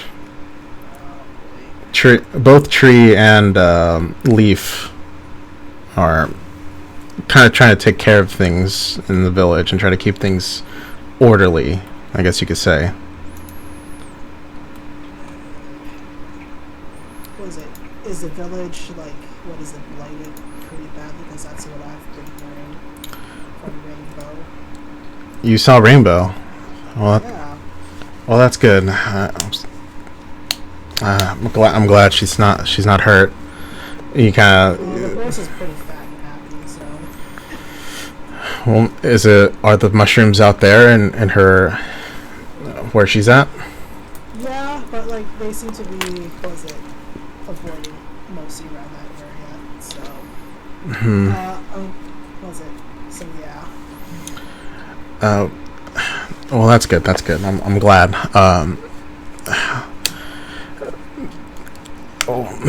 He kind of like looks at you, and you see the exhaustion on his face.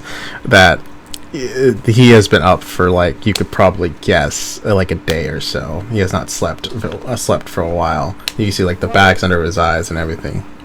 Have you guys all just been, staying up trying to keep watch in case something attacks, or? Yeah, we've been trying our best. Me and Candlelight and Thorn over there, we've been trying to keep things in order over here. You know how the elders are; they always want their way or the highway, right? Yeah. But honestly, I don't know. They say this a lot. I don't really know what it means.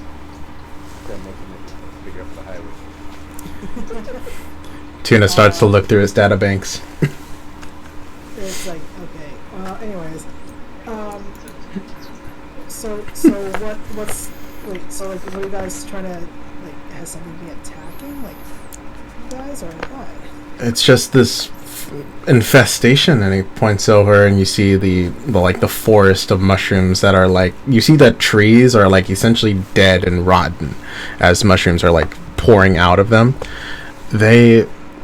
It's gone so bad out here, son. And furthermore, why are you... Do you know where Larksong's at? Like, I've been told she's inside the church, when she goes back and forth. Hopefully she's not here. She is. He looks back towards the church. She's been praying a lot recently, in hopes that maybe, the gods will give us some favor. Okay, out of character, but do the gods get offended if you say not, if someone doesn't care, like you're atheists, essentially? Hard to say. Honestly, each god is kind of its own thing, and they kind of do their own thing.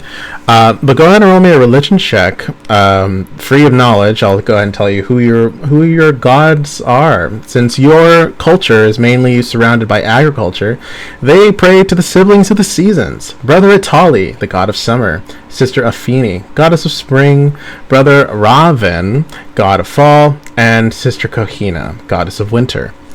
7, by the way. 7. As you kind of think about it, you don't think none of them are gonna say or would do shit about it. And you kind of look around, and is Sun religious? No, he's not. Your mindset's kind of already there. In your mind, they've abandoned you. You don't see any reason for them to try to interact with you, and you weren't there when the whole mark of death was around in the orphanage, so you have yet to really seen anything godly. The most was when you had interacted with Voritus on the mountainside, and you have never heard of him. Yeah, that was pleasant. So your view, I would argue that, just from my perspective as the DM, you can take it however you will, but from my perspective, it seems that Sun has never really been a religious type, and he might be more inclined to believe that there are gods, but he doesn't have an inclination of that they might be friendly towards people, since his only experience so far is Voritus, and Voritus was not a god, a patron, but from his perspective, they're one and the same. It wasn't a very fun experience. He almost died. So I mean, that's from my perspective as the DM. You can take it however you will. You can interpret it however you will. But that is my understanding, is that Sun wouldn't be inclined to give a shit. But you do know of these particular gods, and you do know that each of them, they're the patrons of Ganassi, but because they're still part of the agricultural scene, they're still ones who are like revered the most. You guys specifically pray to the seasons, as they're really what makes the difference between you guys getting through month to month versus like just praying to Ionia, the goddess of nature. She's just kind of like a general nature. You're like, please, this season we're like, we have good crops for the season, and it's like every season you're growing something. I mean, it sounds just like, well, has the players work lately, or Star kind of looks at you. I couldn't say. I don't know. He kind of like reaches his hand into his cloak, and you see him like grasp his hand over something over his chest. how is it? So, what do you have there? He kind of lifts it up, and he'll show you a crossed fairy wings with a raspberry in the center. Sister Afeni. Yeah.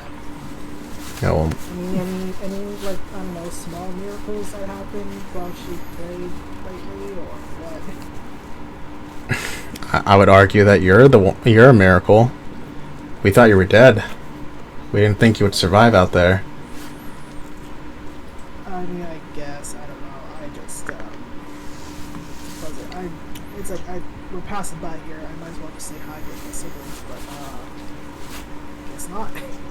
Well, well, they're back at the village if you want to say hi to them, but son, it's not good out here. I don't know if it's worth going to the village. I'll be honest. He kind of looks. You'll see the rest of you guys like behind Sun listening in. I'm a little jealous that you got to see the outside world so much. As he still kind of like plays with the edge of the fairy wing medallion. I kind of wish I had the gall that you had to leave. Especially. What was it? I kind of had to after. Was it the injury? But it's fine. Was it? But was it? Are there? Was it? Is there like a life? Like things coming to life from there, from those like mushrooms, or what? We haven't investigated too deeply. It gets dangerous because there's just so much spores, and it's so hard to breathe.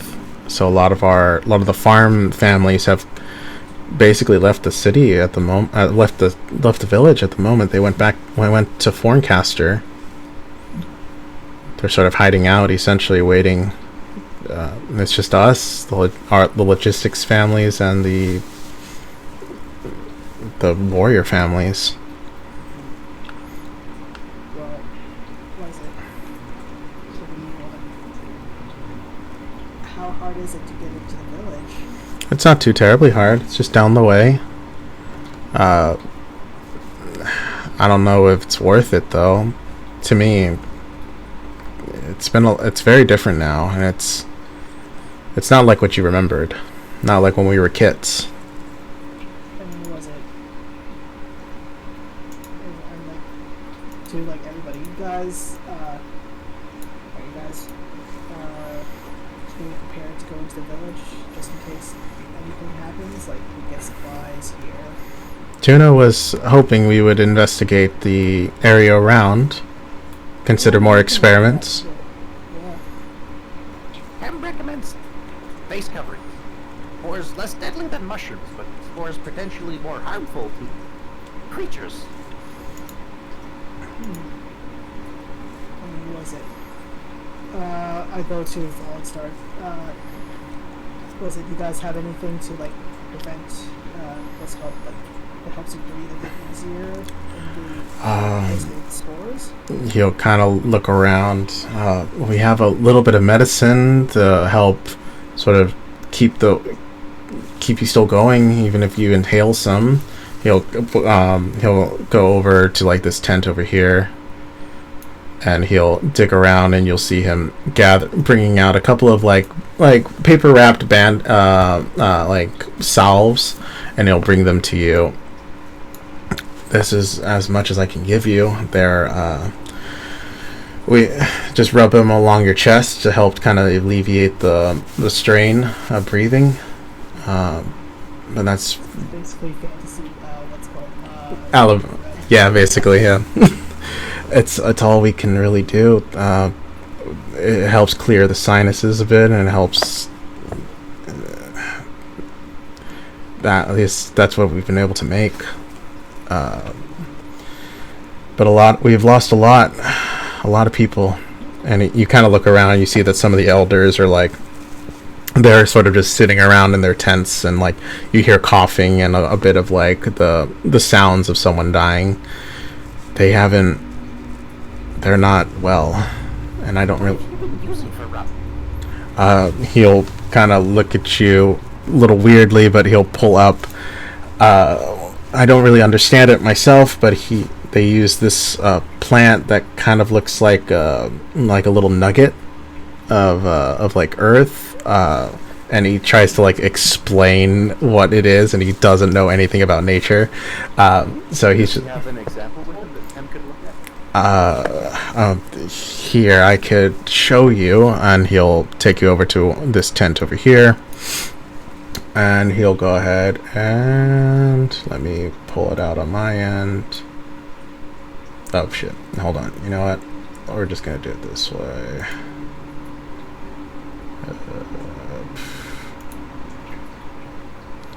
I had to pull it up on my end again.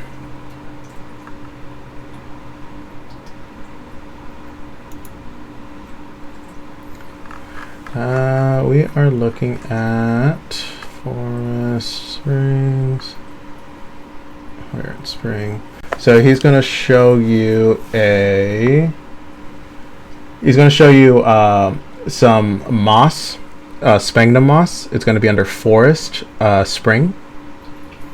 And he's making he'll show you kind of like what he's describing as a nugget, but it's just like moss being dried and clumped together. And he'll show that to you, as well as a beard leech. He describes it as like a cobweb but thicker, and beard lichen. My apologies. Yes, he'll show you that, and he'll just show you those dried out to make the salves. They have a small patch of them, like sort of collected.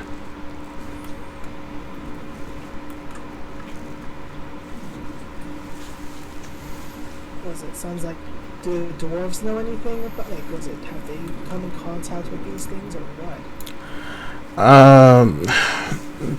They've kind of ignored us when we've sent out messages and runners to them. We haven't heard very much from them. They've been, you know how they are. It's always been very quiet when dealing with them. They don't like us very much, and we don't like them very much. But they've just ignored us, really. But we think it's gone to their area. It's gone up there. We've seen the mushrooms break through stone over time. There has to affect them somehow. All right. Also, who's been making the medicine? He'll kind of point over to Candlelight. He's been kind of in charge of that now. We've lost a lot of healers. A lot of our medicine folk, they've been exposed to it for too long, and they've died. We lost Spotted Leaf not too long ago. Warriors. I'm hurt by that. Fuck you. I killed her again. But no, yeah, it's been fun. It's been very fun on my end. I've got a lot of use on that.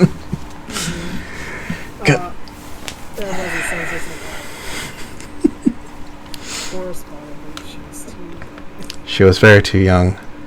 I know Fireclaw liked her a lot.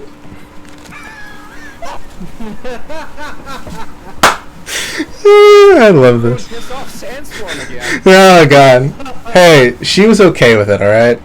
Time moved on. Okay with it. Time moved on. It's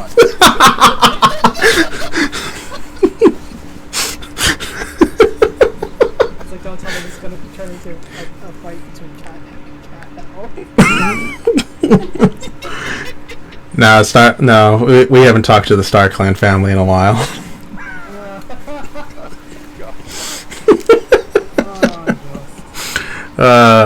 You brought this. You brought this, Jules. You brought this. I am very much. No, yeah, I love it.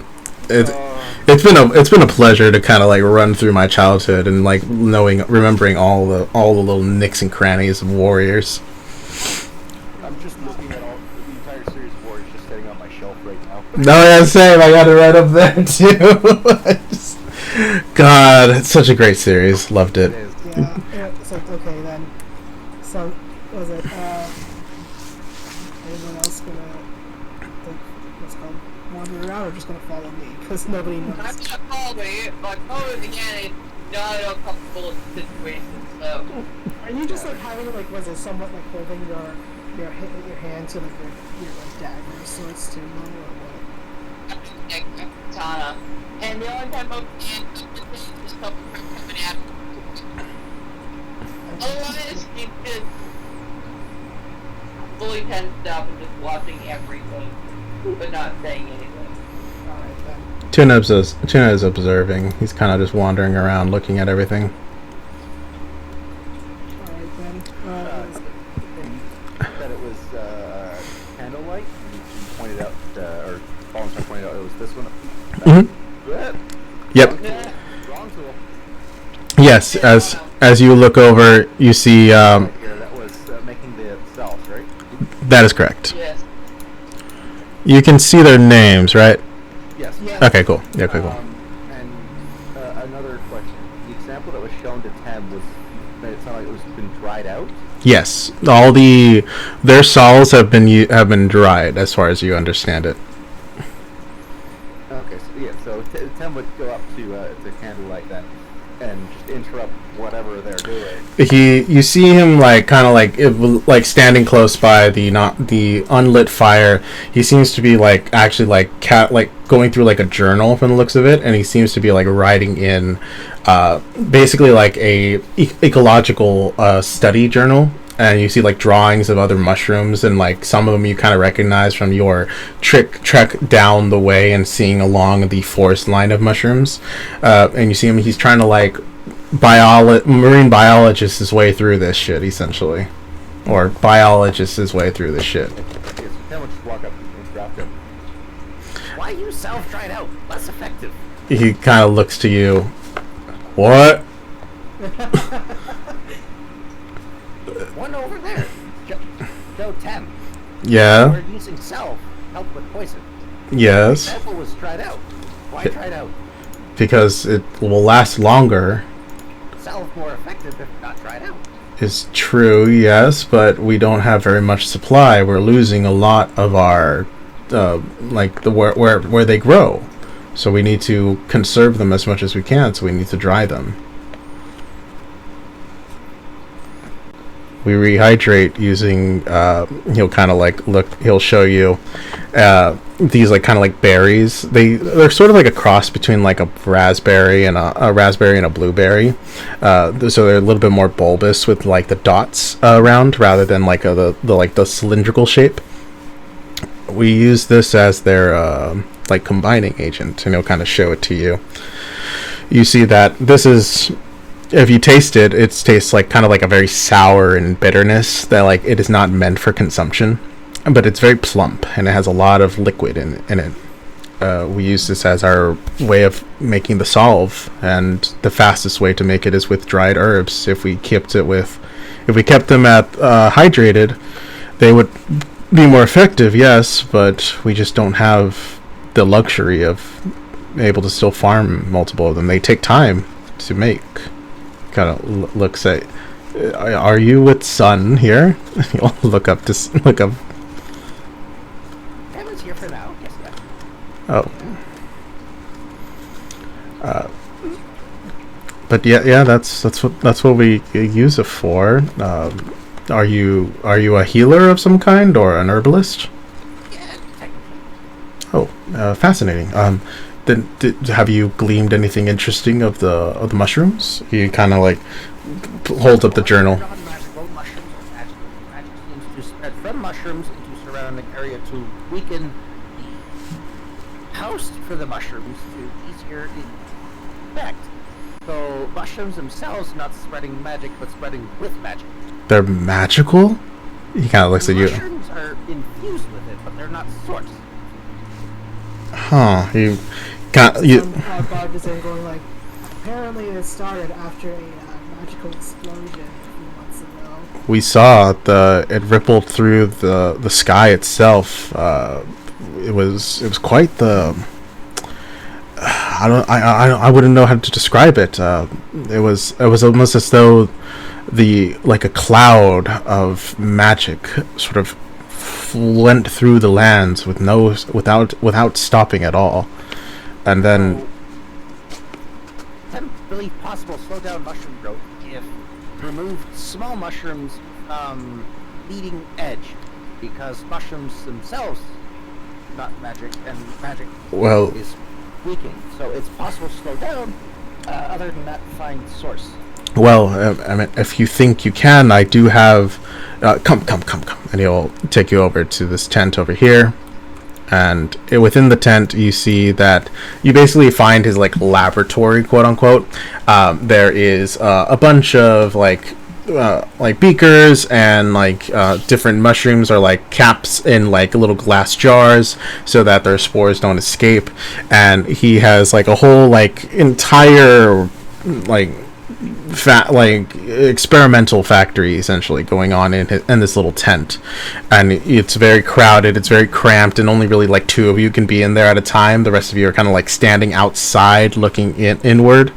As he kind of leads you in, Tem, you're easily able to navigate your way through, and Elia. He'll show you he'll give you a couple of different samples of them. You see that you find the Wayward cap, the one that Sun had initially identified, but then you see an additional one with more of a green hue to it and a little bit of black gills rather than a dark brown. And he'll show you this one. We've been calling this greenskin caps, but he'll show it to you. But there definitely seems to be a variety of mushrooms. They're not all one type. He'll kind of show you another one, a little bit of a thin one, kind of. You sort of the same idea with how I had described earlier with the other mushrooms. The magic themselves are not the true source of the magic, as you have identified. They are a part of this magical force, but you do sense that there is more magic coming deeper within the actual forest of mushrooms further beyond your sight, and that whatever the source is, it's definitely coming from there, and it's deep within the center. And all the other mushrooms that they're showing Tem has similar properties to the Wayward cap? Similar properties, yes. They all seem to act the exact same, but they just seem to be variations, almost as though as he kind of shows you them and he tries to explain, basically you see a shiitake mushroom, a crown of hens, and other things of that nature. He basically is showing you that they all act in the same manner, almost as though they're sort of been forced together to mingle to become one with one sort of identity, because each of them, these mushrooms that you can kind of identify that are similar to other types of mushrooms should be edible, should be used for food, should be able to be safe. Some of them grow on corpse only, but he has found some. As far as he is aware, there has been missing persons. The people who have died, they've died within the village, and they've been able to take them away. But you find that there are some of them that they're only supposed to appear on a dead corpse, but here they are, sitting within the forest. Did outbreak outbreaks start inside town, city, settlement place? I guess up towards the mountain range, just beyond our farmlands. They were always a minor nuisance. There was always a very heavy infection of mushrooms that would come in, but it was a very simple thing. It happened on the clock regularly. We would till the land until we killed them, and then it would recede for a couple of months, and by next season it would be back, and we would just till the land once again, or harvest them if they were edible, if they were an edible type, and utilize them in additional food. Any objects in the mountain that could store or amplify power? Not that I'm aware of. Many of the dwarven guards keep a watch on it, so they only allow us so far in. Beyond that, it is their territory, and only the reckless and brave few of our clan usually make their way up there. He kind of looks over. Son, your brother Leaf upon a tree, he would always do it. He probably knows more. And Lark's song. How long would it take to run experiments based on the setup that they've got? I would argue like an hour or two for sure. Especially if you want to do multiple. I would argue like an hour per experiment. So I was just thinking if they've got a setup on here, if Ken could use her apothecary kit, how specifically the magic is affecting mushrooms to grow in areas where they shouldn't be or couldn't be without outside help. Yeah, definitely. You could definitely do that if you want to do it here. Was it? Okay, some asked, like, who else knows more about these mushrooms, around this area here right now? The few that leave the village and investigate it themselves, your brother Leaf. We do have a druid in town that we've hired. Her name is Orchid. But she's back at the village. And you might not like the answer, but Lark's song, she's been going out of her way to actually go and investigate it herself. By my account, she should have been dead by now. But she's still alive. Oh, I thought you meant me for a second. No, she's been exposed to it for such a long time, and many of our healers, they've been exposed to it just as long, but somehow she's still fine. Maybe the gods are blessing her. It's like, huh. Well, let's see then. Fucking A. More information, I might as well talk to her. She's in the church right now. If you want, I understand, son. I know it's. I remember when things had changed, but it's still part of your duty as being her mate to try to make things work. I should also sign this to those papers. Those specific words, Ken's gonna go, About them have experiments. Tuna can assist. Tuna will offer his assistance if Tem wants it.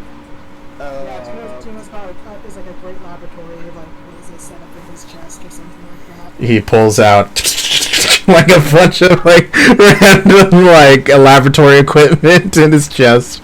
How do you fit all of that in there? I'm a bag of holding.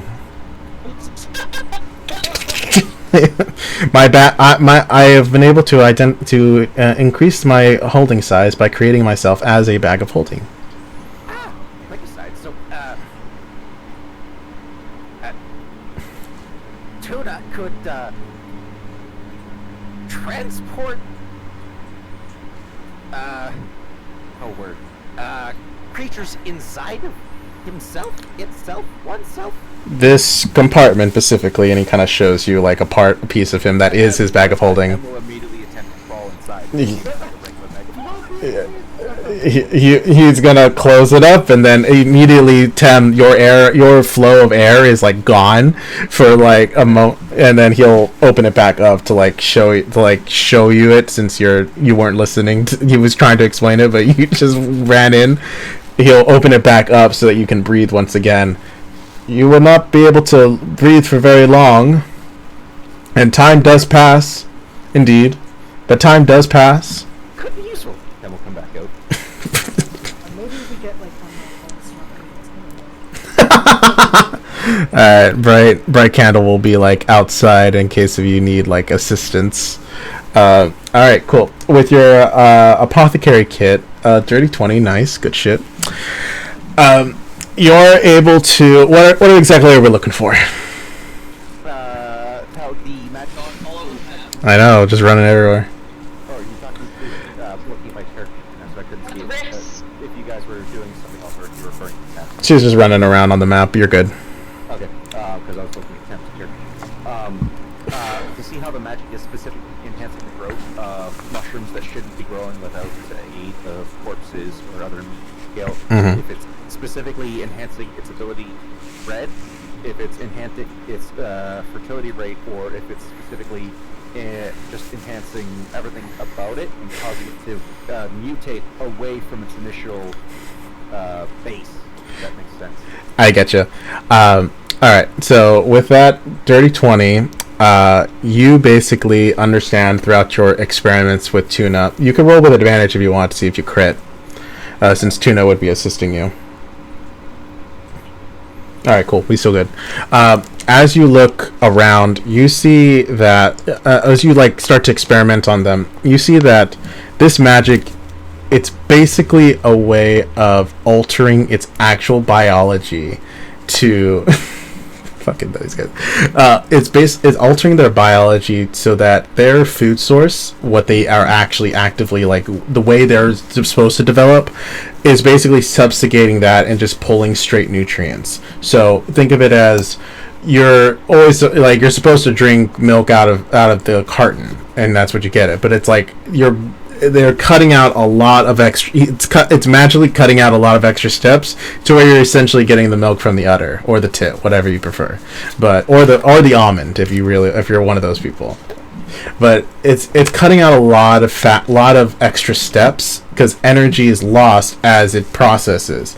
So it is pulling it as directly from the source as possible in a way that it is needed and able to subjugate that.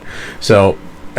For instance, the stones and the mountain range, there are minerals in there and bacteria that would not exist, that aren't very viable, but they do have certain like elements of nutrients in them. They're taking what is necessary and leaving everything that is behind. And since mushrooms are so vastly complicated, and they're actually able to grow in any environment, they basically can wipe out an entire area, which is why you find that the lands around here are dying. There is all that good shit. Those things I didn't understand. That I'm trying to understand or gaining insight from. So basically, even though fire would be effective on the mushrooms themselves, they would just as quickly regrow because all of that the dirt and ash and charcoal with soil nutrients that quickly regrow from. Exactly. And the other thing then is that if we go closer to the source, in theory, the mushrooms start thinning out as there'd be less and less for it to feed on, and based on how it seems to advance its acceleration of growth and absorption, that it should quickly burn out its food supplies if left unchecked. Arguably, from what arguably that seems fairly accurate from what your understanding of the plant's biology so far.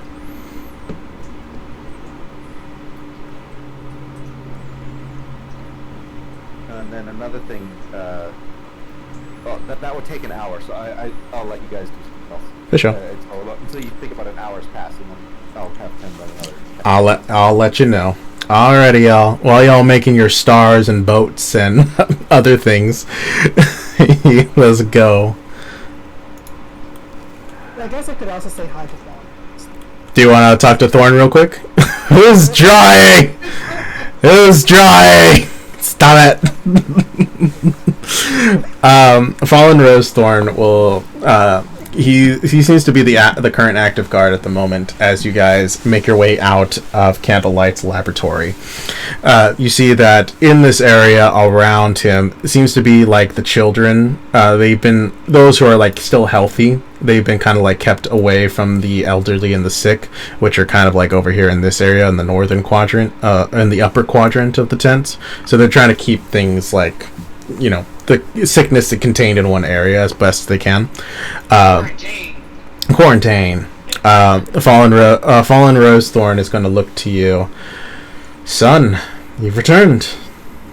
Yeah, I came hard to save my siblings, but I guess this is going to be a much more involved trip than I thought. I would argue so. The wilds itself is destroying what we've created.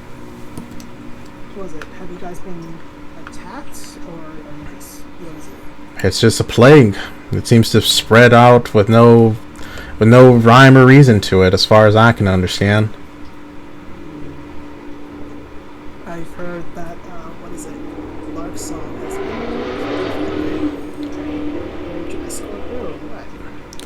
been Not my. And he looks over to their Shadow is acting as her bodyguard right now. I'm here protecting our camp. It's like, why can't you guys leave farther out? Because, these, trees, things here? Unlike you, son, we want to keep tradition.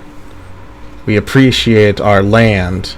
We are hoping that we will help cure it in some way.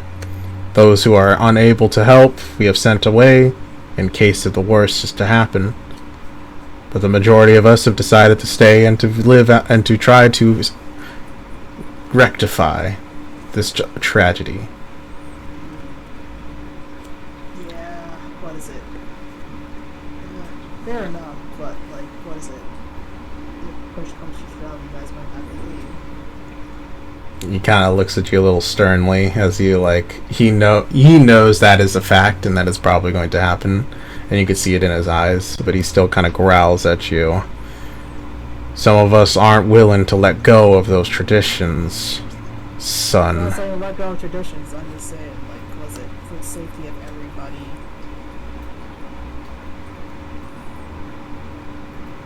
But yeah, are you guys, what about that, druid I talked about, was it Orchid? Yeah, I heard of Orchid. I haven't talked to her personally, but as far as I know, she is the one who's been able to give insight to Candlelight. What does she know? Where's she from? I heard she's from somewhere in Benton, far beyond the sea. She's well versed in poisons and diseases, which makes sense. Any solutions come from her so far, or what? Other than the salve, nothing too drastically different. But she seems to have been able to keep it at bay. It was running rampant before. Now it seems to be I wouldn't say quieter, but definitely on the calmer side. It took out an entire field in less than a week. And when she came in, she was able to slow it down. But I believe it's impossible. What other gets infected the most easily Other than us? The plant life is dying around us. The flower fields just beyond the hill over there. Any other things like animals? Because I have not seen a single animal. They've left behind a long time ago. We have to leave further out to gather food. And once our proud clan of providers are now left to scrounge on scraps. Whatever we can find. And even then, whatever we eat is probably contaminated. At least that's what Orca kept telling us. Even the water we drink might be contaminated, and we're just making it go on faster and faster. Fair enough then. And I'm Okay, listen, I'm gonna see Lark Song. Listen, we might as well go with her to the village. Good luck, son. Yeah. Thorn will nod to you, Mo, as you walk away. Mo won't respond in any way, so we're just looking. Alright, he'll still do that, and he'll keep his silent vigil. Alrighty. Let me go ahead and reveal the interior. As you guys walk up, you see these solid stone slabs of pure, beefy stone, and you enter in. Words. Boom. As you enter in, you see that there is a large piano off to the left. Basically like the fucking what is it called now? I can't remember now. It's not orchestra. For you, by the way, Mo, Oh, sorry. Hold on. Loaded in yet. Oh, there you go. go. Let me get the last of it for you guys. Oh, no. I need the other one. There we go. Alright. Now it should be updated. To the left of you, you see it's not orchestra, but fucking organ? Is that what it's just called? It's just called an organ? Okay. Organ, yeah. You see the large organ off to the side, and you see that long-casted shadow stands there at attention. He's not looking towards the door, but as you guys open up, he like turns his head to the sound of it creaking open as you guys enter your way in. You see that the hall itself has not changed at all from what you remember of your childhood, son, the few times you've entered into the church. The large candelabra chandeliers are hanging high with light still aglow. You see the four statues of all of the four statues of the seasons still standing tall, and you see these individuals. I'm sending it in the chat, Steam chat. You see each of the gods standing in their own like formation. To the left, over here on... Oh, no, not that one. Come on. God, I fucking hate it. There we go. Over here on the left-hand side, you see Brother Atali. Then towards the middle is Sister Afini. Then the one to the right of the middle is Brother Robin, and Sister Kohina on the far right-hand side.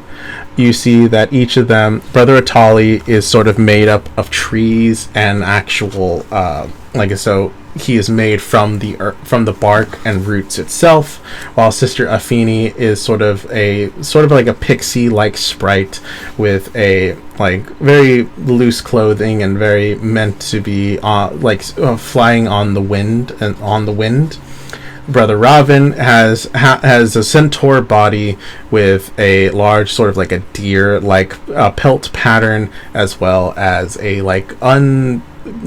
no specific shaped head. It's sort of just like the general formation of a head, but it doesn't really identify what kind of race it could be. And Sister Kohina is sort of like, her design is sort of like as though it is made of ice, and her entire visage was cracked out of a glacier. And I'll go ahead and roll back real quick to Tem. With an 18, as you look through it, you find that what are we looking for on this one, actually? I haven't rolled so you can get that was the defense roll from last week. Oh, that is right. My apologies. Okay, so then perfect. Let's go ahead and roll it out right now while Jules gets her thing. First things first, guidance. Guidance, cool. 4. Good shit. Check. A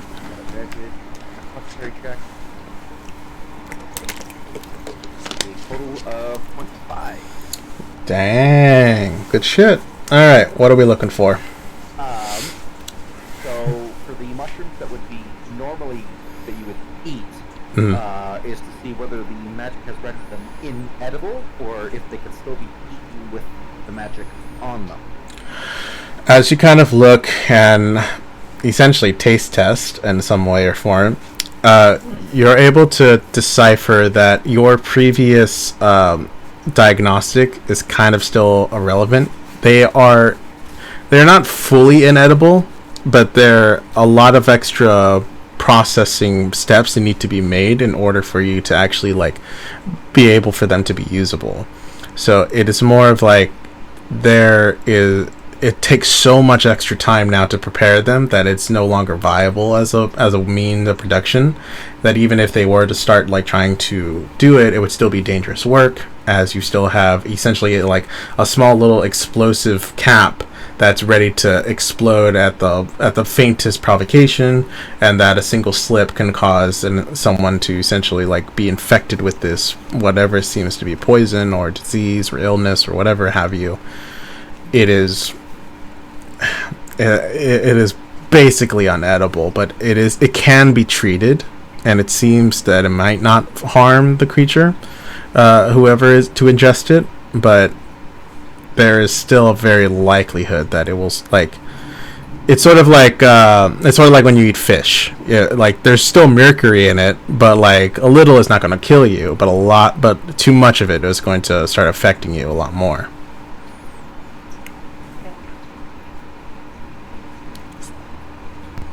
And the next thing would be if how much of the his supply would he have of infected mushrooms? Mm-hmm. Or would it be like just a couple for experimenting on, or does he have a decent amount? Yeah, you have a decent amount. Like I would argue, a barrel's worth of like a small like those like ale barrels that dogs would wear, like when they go like the snow dogs will wear. St. Bernard's, I think. Bernard's. Yeah, there you go. That's the word. Like you would see like around on St. Bernard's, like sort of like that amount of mushrooms. None of them are dried out. A lot of them are like, they seem to be like freshly picked, and they're like kept in their like little containers so that they don't spread their spores if they are to burst. Okay. Another thing she'd like to do, that she'd like to take a couple of those, Mm-hmm. cast Purify Food and Drink, not as a ritual. Sorry, spending a lot of time doing stuff on this, but to remove any sort of poison and stuff from them. Okay. You sure you don't want to cast it as a ritual? Yep. Alrighty. As you... and then one of them she'd like to immediately... Okay. Another one she'd attempt to pry it out. Alrighty. Because if it's not attached to anything, then therefore it should be able to regain its vitality. And if it's been purified, he is hoping that whatever magic was there that was affecting it, because it's removed of that poison, if it can then be treated as normal. Alrighty. Let's see. Let me And then for roll for that. third one is if it's dried out, if it has to rupture it, what happens? Gotcha. Alrighty.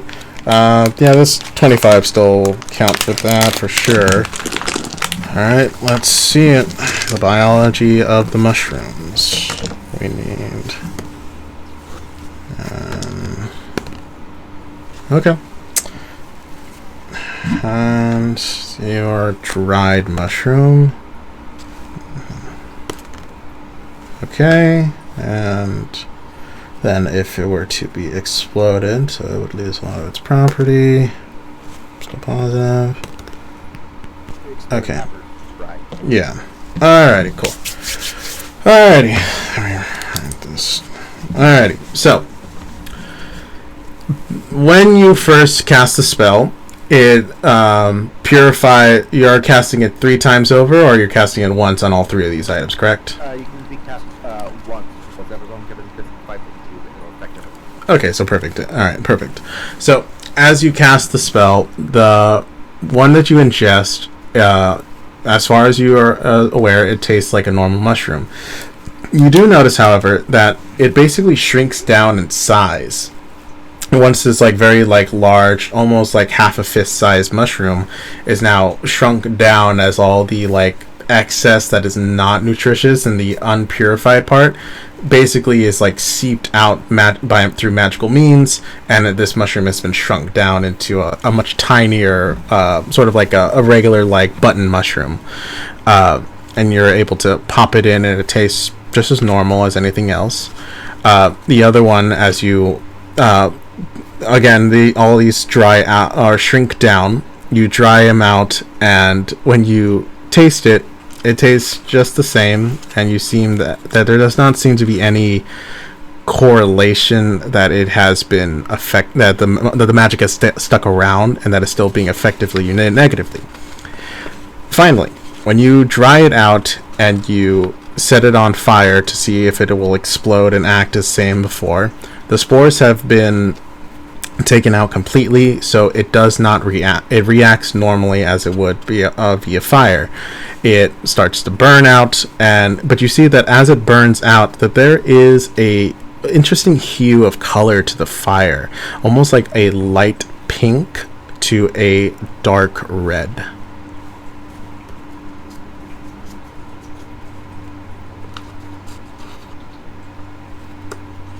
And I'm assuming that wouldn't be normal for it.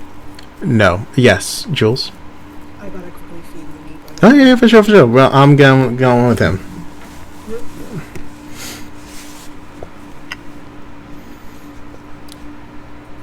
For this color, would Tem have any idea what would cause flame to change colors? Roll me a history check. Let's see if if you've learned anything like this before. Fuck. You're from Estonia, so science and magic are almost one and the same. So you have a general understanding that for something to burn a different color, it needs to have certain minerals and material within the body. You have an understanding of that that affects it in some way or form. You're just not 100% sure on exactly what those elements are, but you do know that there is a different that has to be a thing, as well as that magic is one of those very, like, the magically essenced items can burn different colors because they are just so infused with this leftover magic ability that they are just active within it. So you're able to identify that it has to have some residue of this magic is still within and a part of it, but as far as you could tell, and as you don't have to, like, you don't feel any different and you don't feel anything like altering you, and as far as you understand it, you have purified it as much as you could possibly can, and that you physically see that the negatives to it have been as purified as it can as it physically shrunk down. But there's still, like, something within it that is just on a deep level that it just cannot be changed. It has been permanently altered, but permanently altered. No but.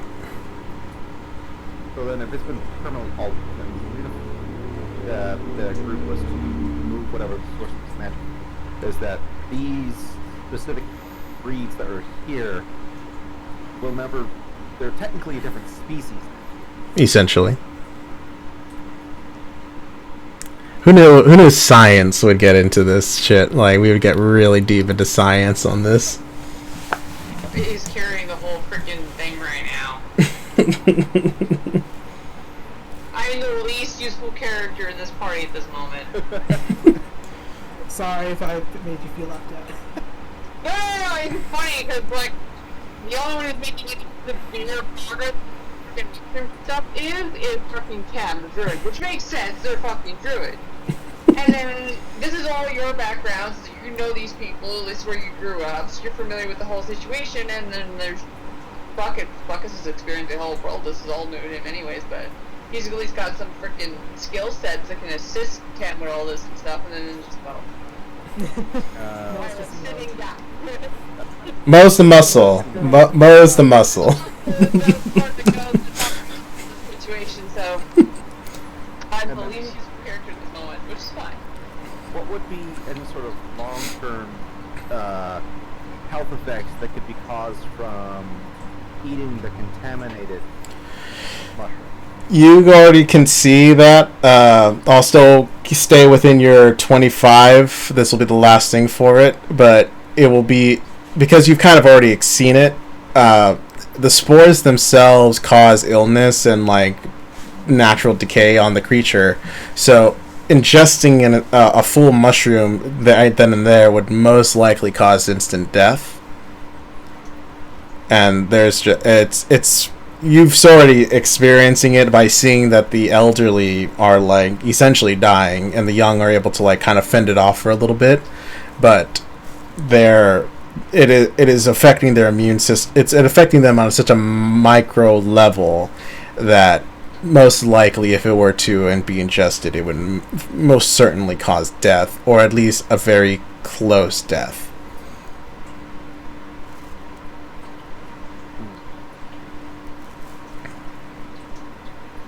Okay. Cool. Alrighty. Now that we are back in business, Sun, Mo, you guys burst into the church as I had described before. And you see Long Casted Shadow standing guard. He turns to you and he sees you, Sun. He kind of has like a bit of a panicked expression, but he doesn't say anything as you kind of hear Larksong mumbling to herself in front of the god's statues. As you walk up, Sun, Long Shadow's gonna like hold out a hand in front of you and he's gonna look at you with like a stern look. And like kind of she gives you that like look of like don't interrupt her.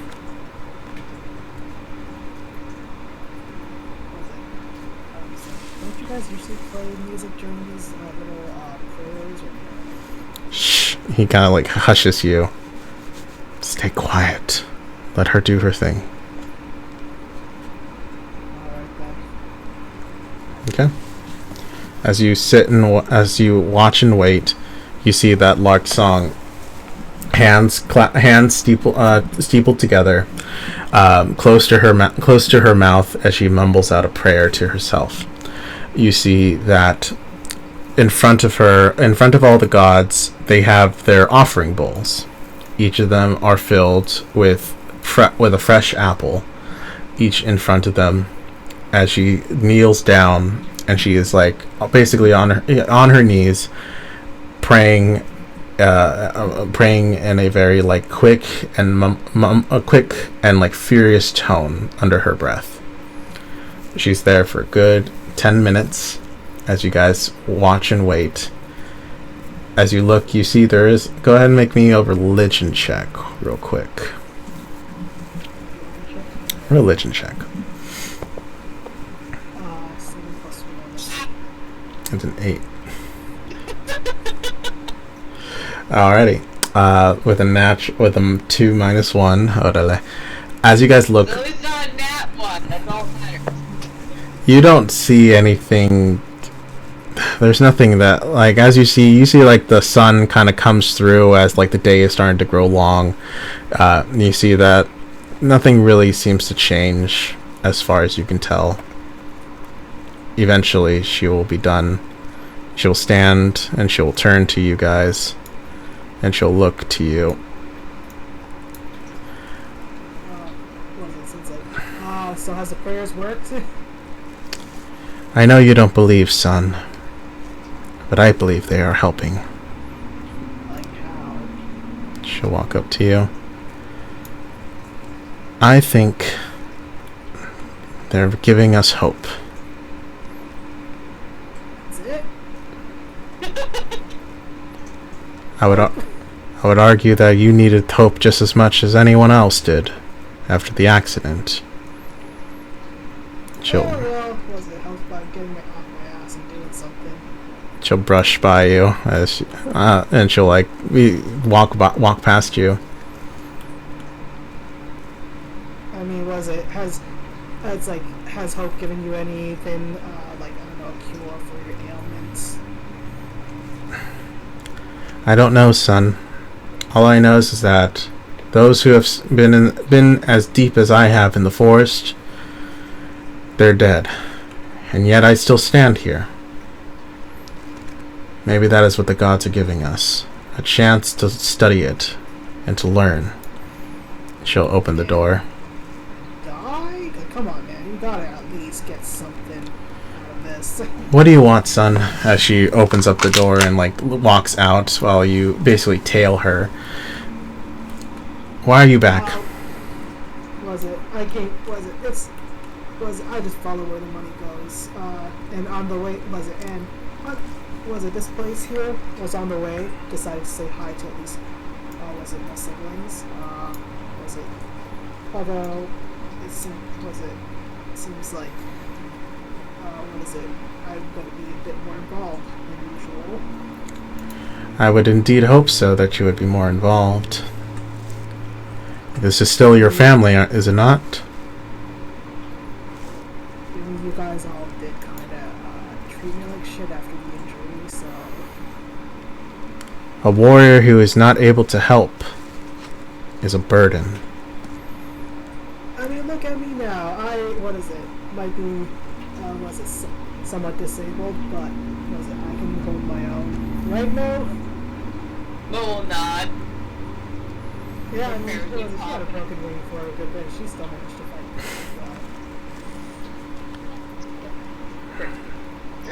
Flex my wing. Burst. you still inside of the door? Because, like, if you're, like, full extended, the door might come. Pretty much. She's still back off from the door so she can fully, like, she basically just covers the entire entrance and then some. Just takes up the space right in front of the area.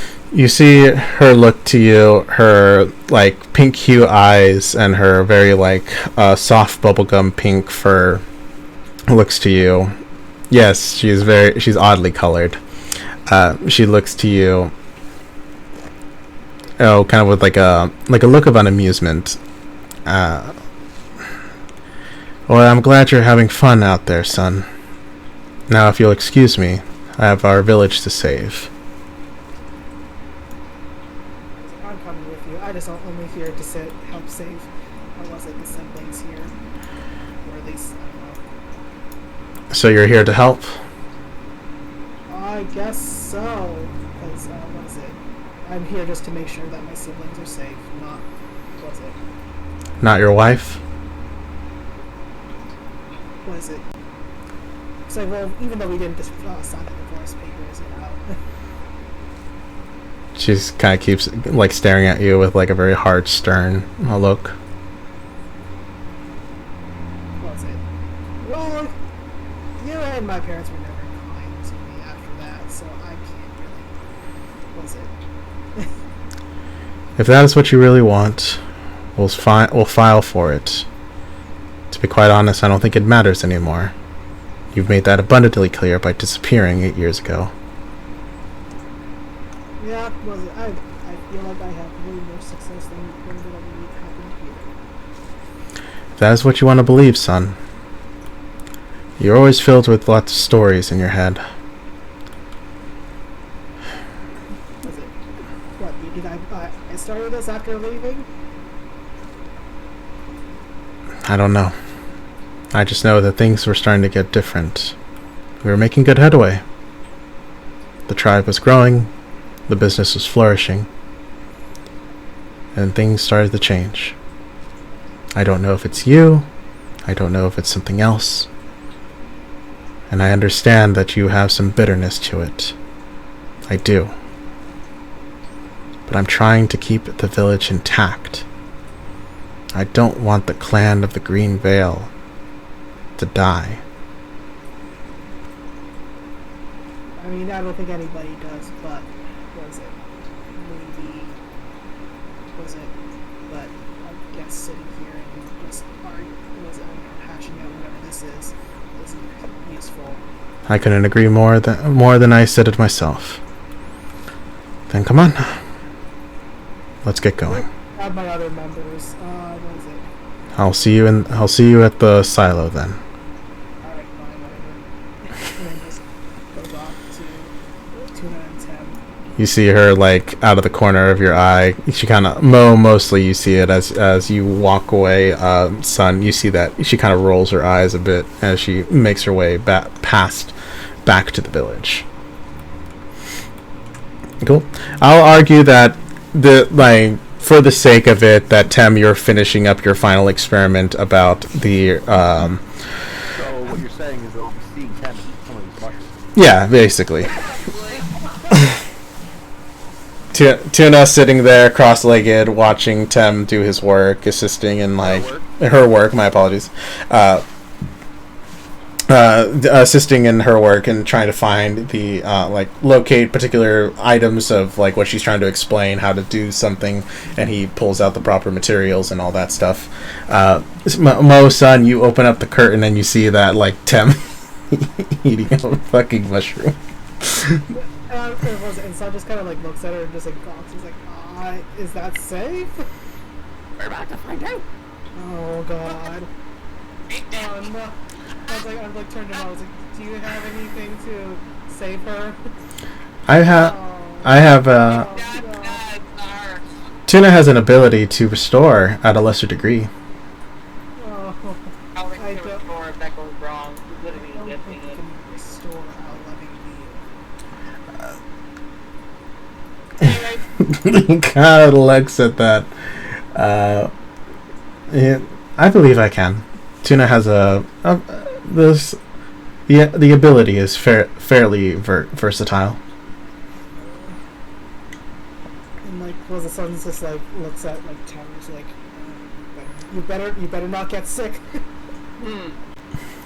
We need you. Alrighty. I'll say for the sake of it all, Tem, unless if you want to explain in character, up to you.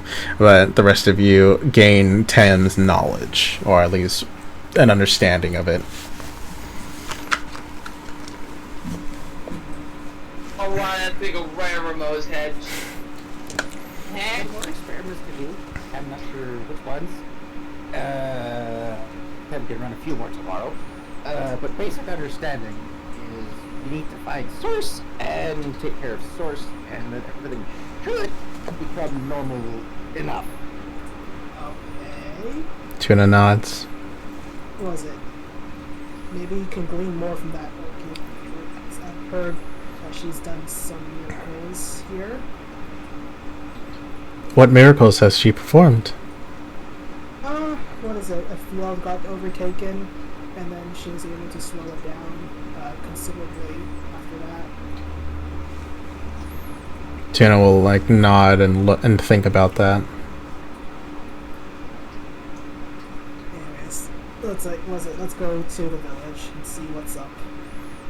Hell yeah. Alrighty, y'all. Let's go to the village. I'll go ahead and just transport y'all there. Alright. Okay.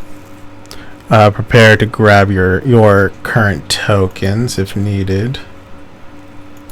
I'll go ahead and update your view.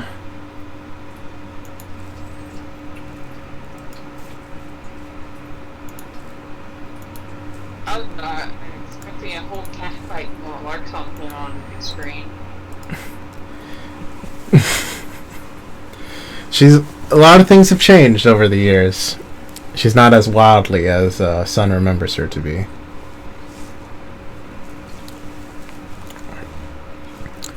Cool. Well, where are we putting our tokens? Go ahead and put yourselves over in this direction, please and thank you. Okay. And God. okay, cool. You already got that. Perfect. Oh And, god. Let me try to Ouch! Send the side! oh God, it's the sun. Go back, hey. Sun's been infected. It's growing wildly. Sun is infecting. My son just goes giant and he becomes a giant. As you guys leave the temporary encampment, you come back to the center of the village. A lot of it has been abandoned, and a lot of it is gone. You see the sort of like the supple woods that's used as your like homesteads are still standing tall, and you see that further down the way that some of the mushrooms have infected the village center. Within this area, you are reminded of many times running around as kits with your fellow brothers and sisters, and as well as learning the ways of the trade, and during your time married, being a spy, and as well as a convincer of sorts during your time. And then remembering far off past the fields, your fatal accident that led you into how you are today. And you all sense this, especially my Estonian. You sense that there is a turning, a change. Something is off within the air. Not this wondrous magic that you guys have you have like grown with, but more of the darkness, malice, if you so would, especially those who are in the presence of Voritas. You can sense it. That is very unpleasant memories for Mo. And final question. Shall we continue? Or do we need a break? As we have reached time. I do have my niece coming over today, so I can't stay on longer past 6 or something. Yeah, we might have dinner. If you guys want, we can go ahead and call it here. And this will a good stopping point. Set you guys up for what is to come. Yeah, I'd say it, because I got, like, what is it, stuff to do, like... For sure. and then cooking. For sure. Yeah, not a problem. Alrighty then. Well then, we will reconvene next Sunday. We're all good with that. Yeah, Holiday off. Perfect. If you guys need to recap on any notes, stream will be up. I will remember this time to set up the event. My apologies if I don't message anything in the chat. We're assume that we're still running, unless if something is like unless if someone messages that we need to break or if we need to hold off for a moment. But yeah. But all right, excellent. Well, thank you guys again for joining me, my wayward companions. I'm excited, and you guys are going to see a lot of the... I've been building a lot of things, and I do apologize that the first 2 sessions have been kind of slow comparatively to a lot of our other campaigns, but It's okay. now that a lot of the groundwork has been settled, and you guys have interacted with who you need to interact, I think next session you will find a very interesting. At least I hope you do. We'll see, right? Yay! Well, thank you all again. It will be useful. Don't worry, Mo, you're having your moment. I'm sorry. No, it's fine. There's just so much other moments we need to have. We have so much. Oh, it's literally just a bodyguard is playing. Is a bodyguard blessed by the gods, okay? Perfectly blessed. We'll see if it's blessed or cursed. That is also true. Yeah. Hell yeah. Well, thank you again. Yeah. I very much appreciate you guys still sticking around and playing. I really do appreciate it. It's been very, very fun to have you guys around. All right. And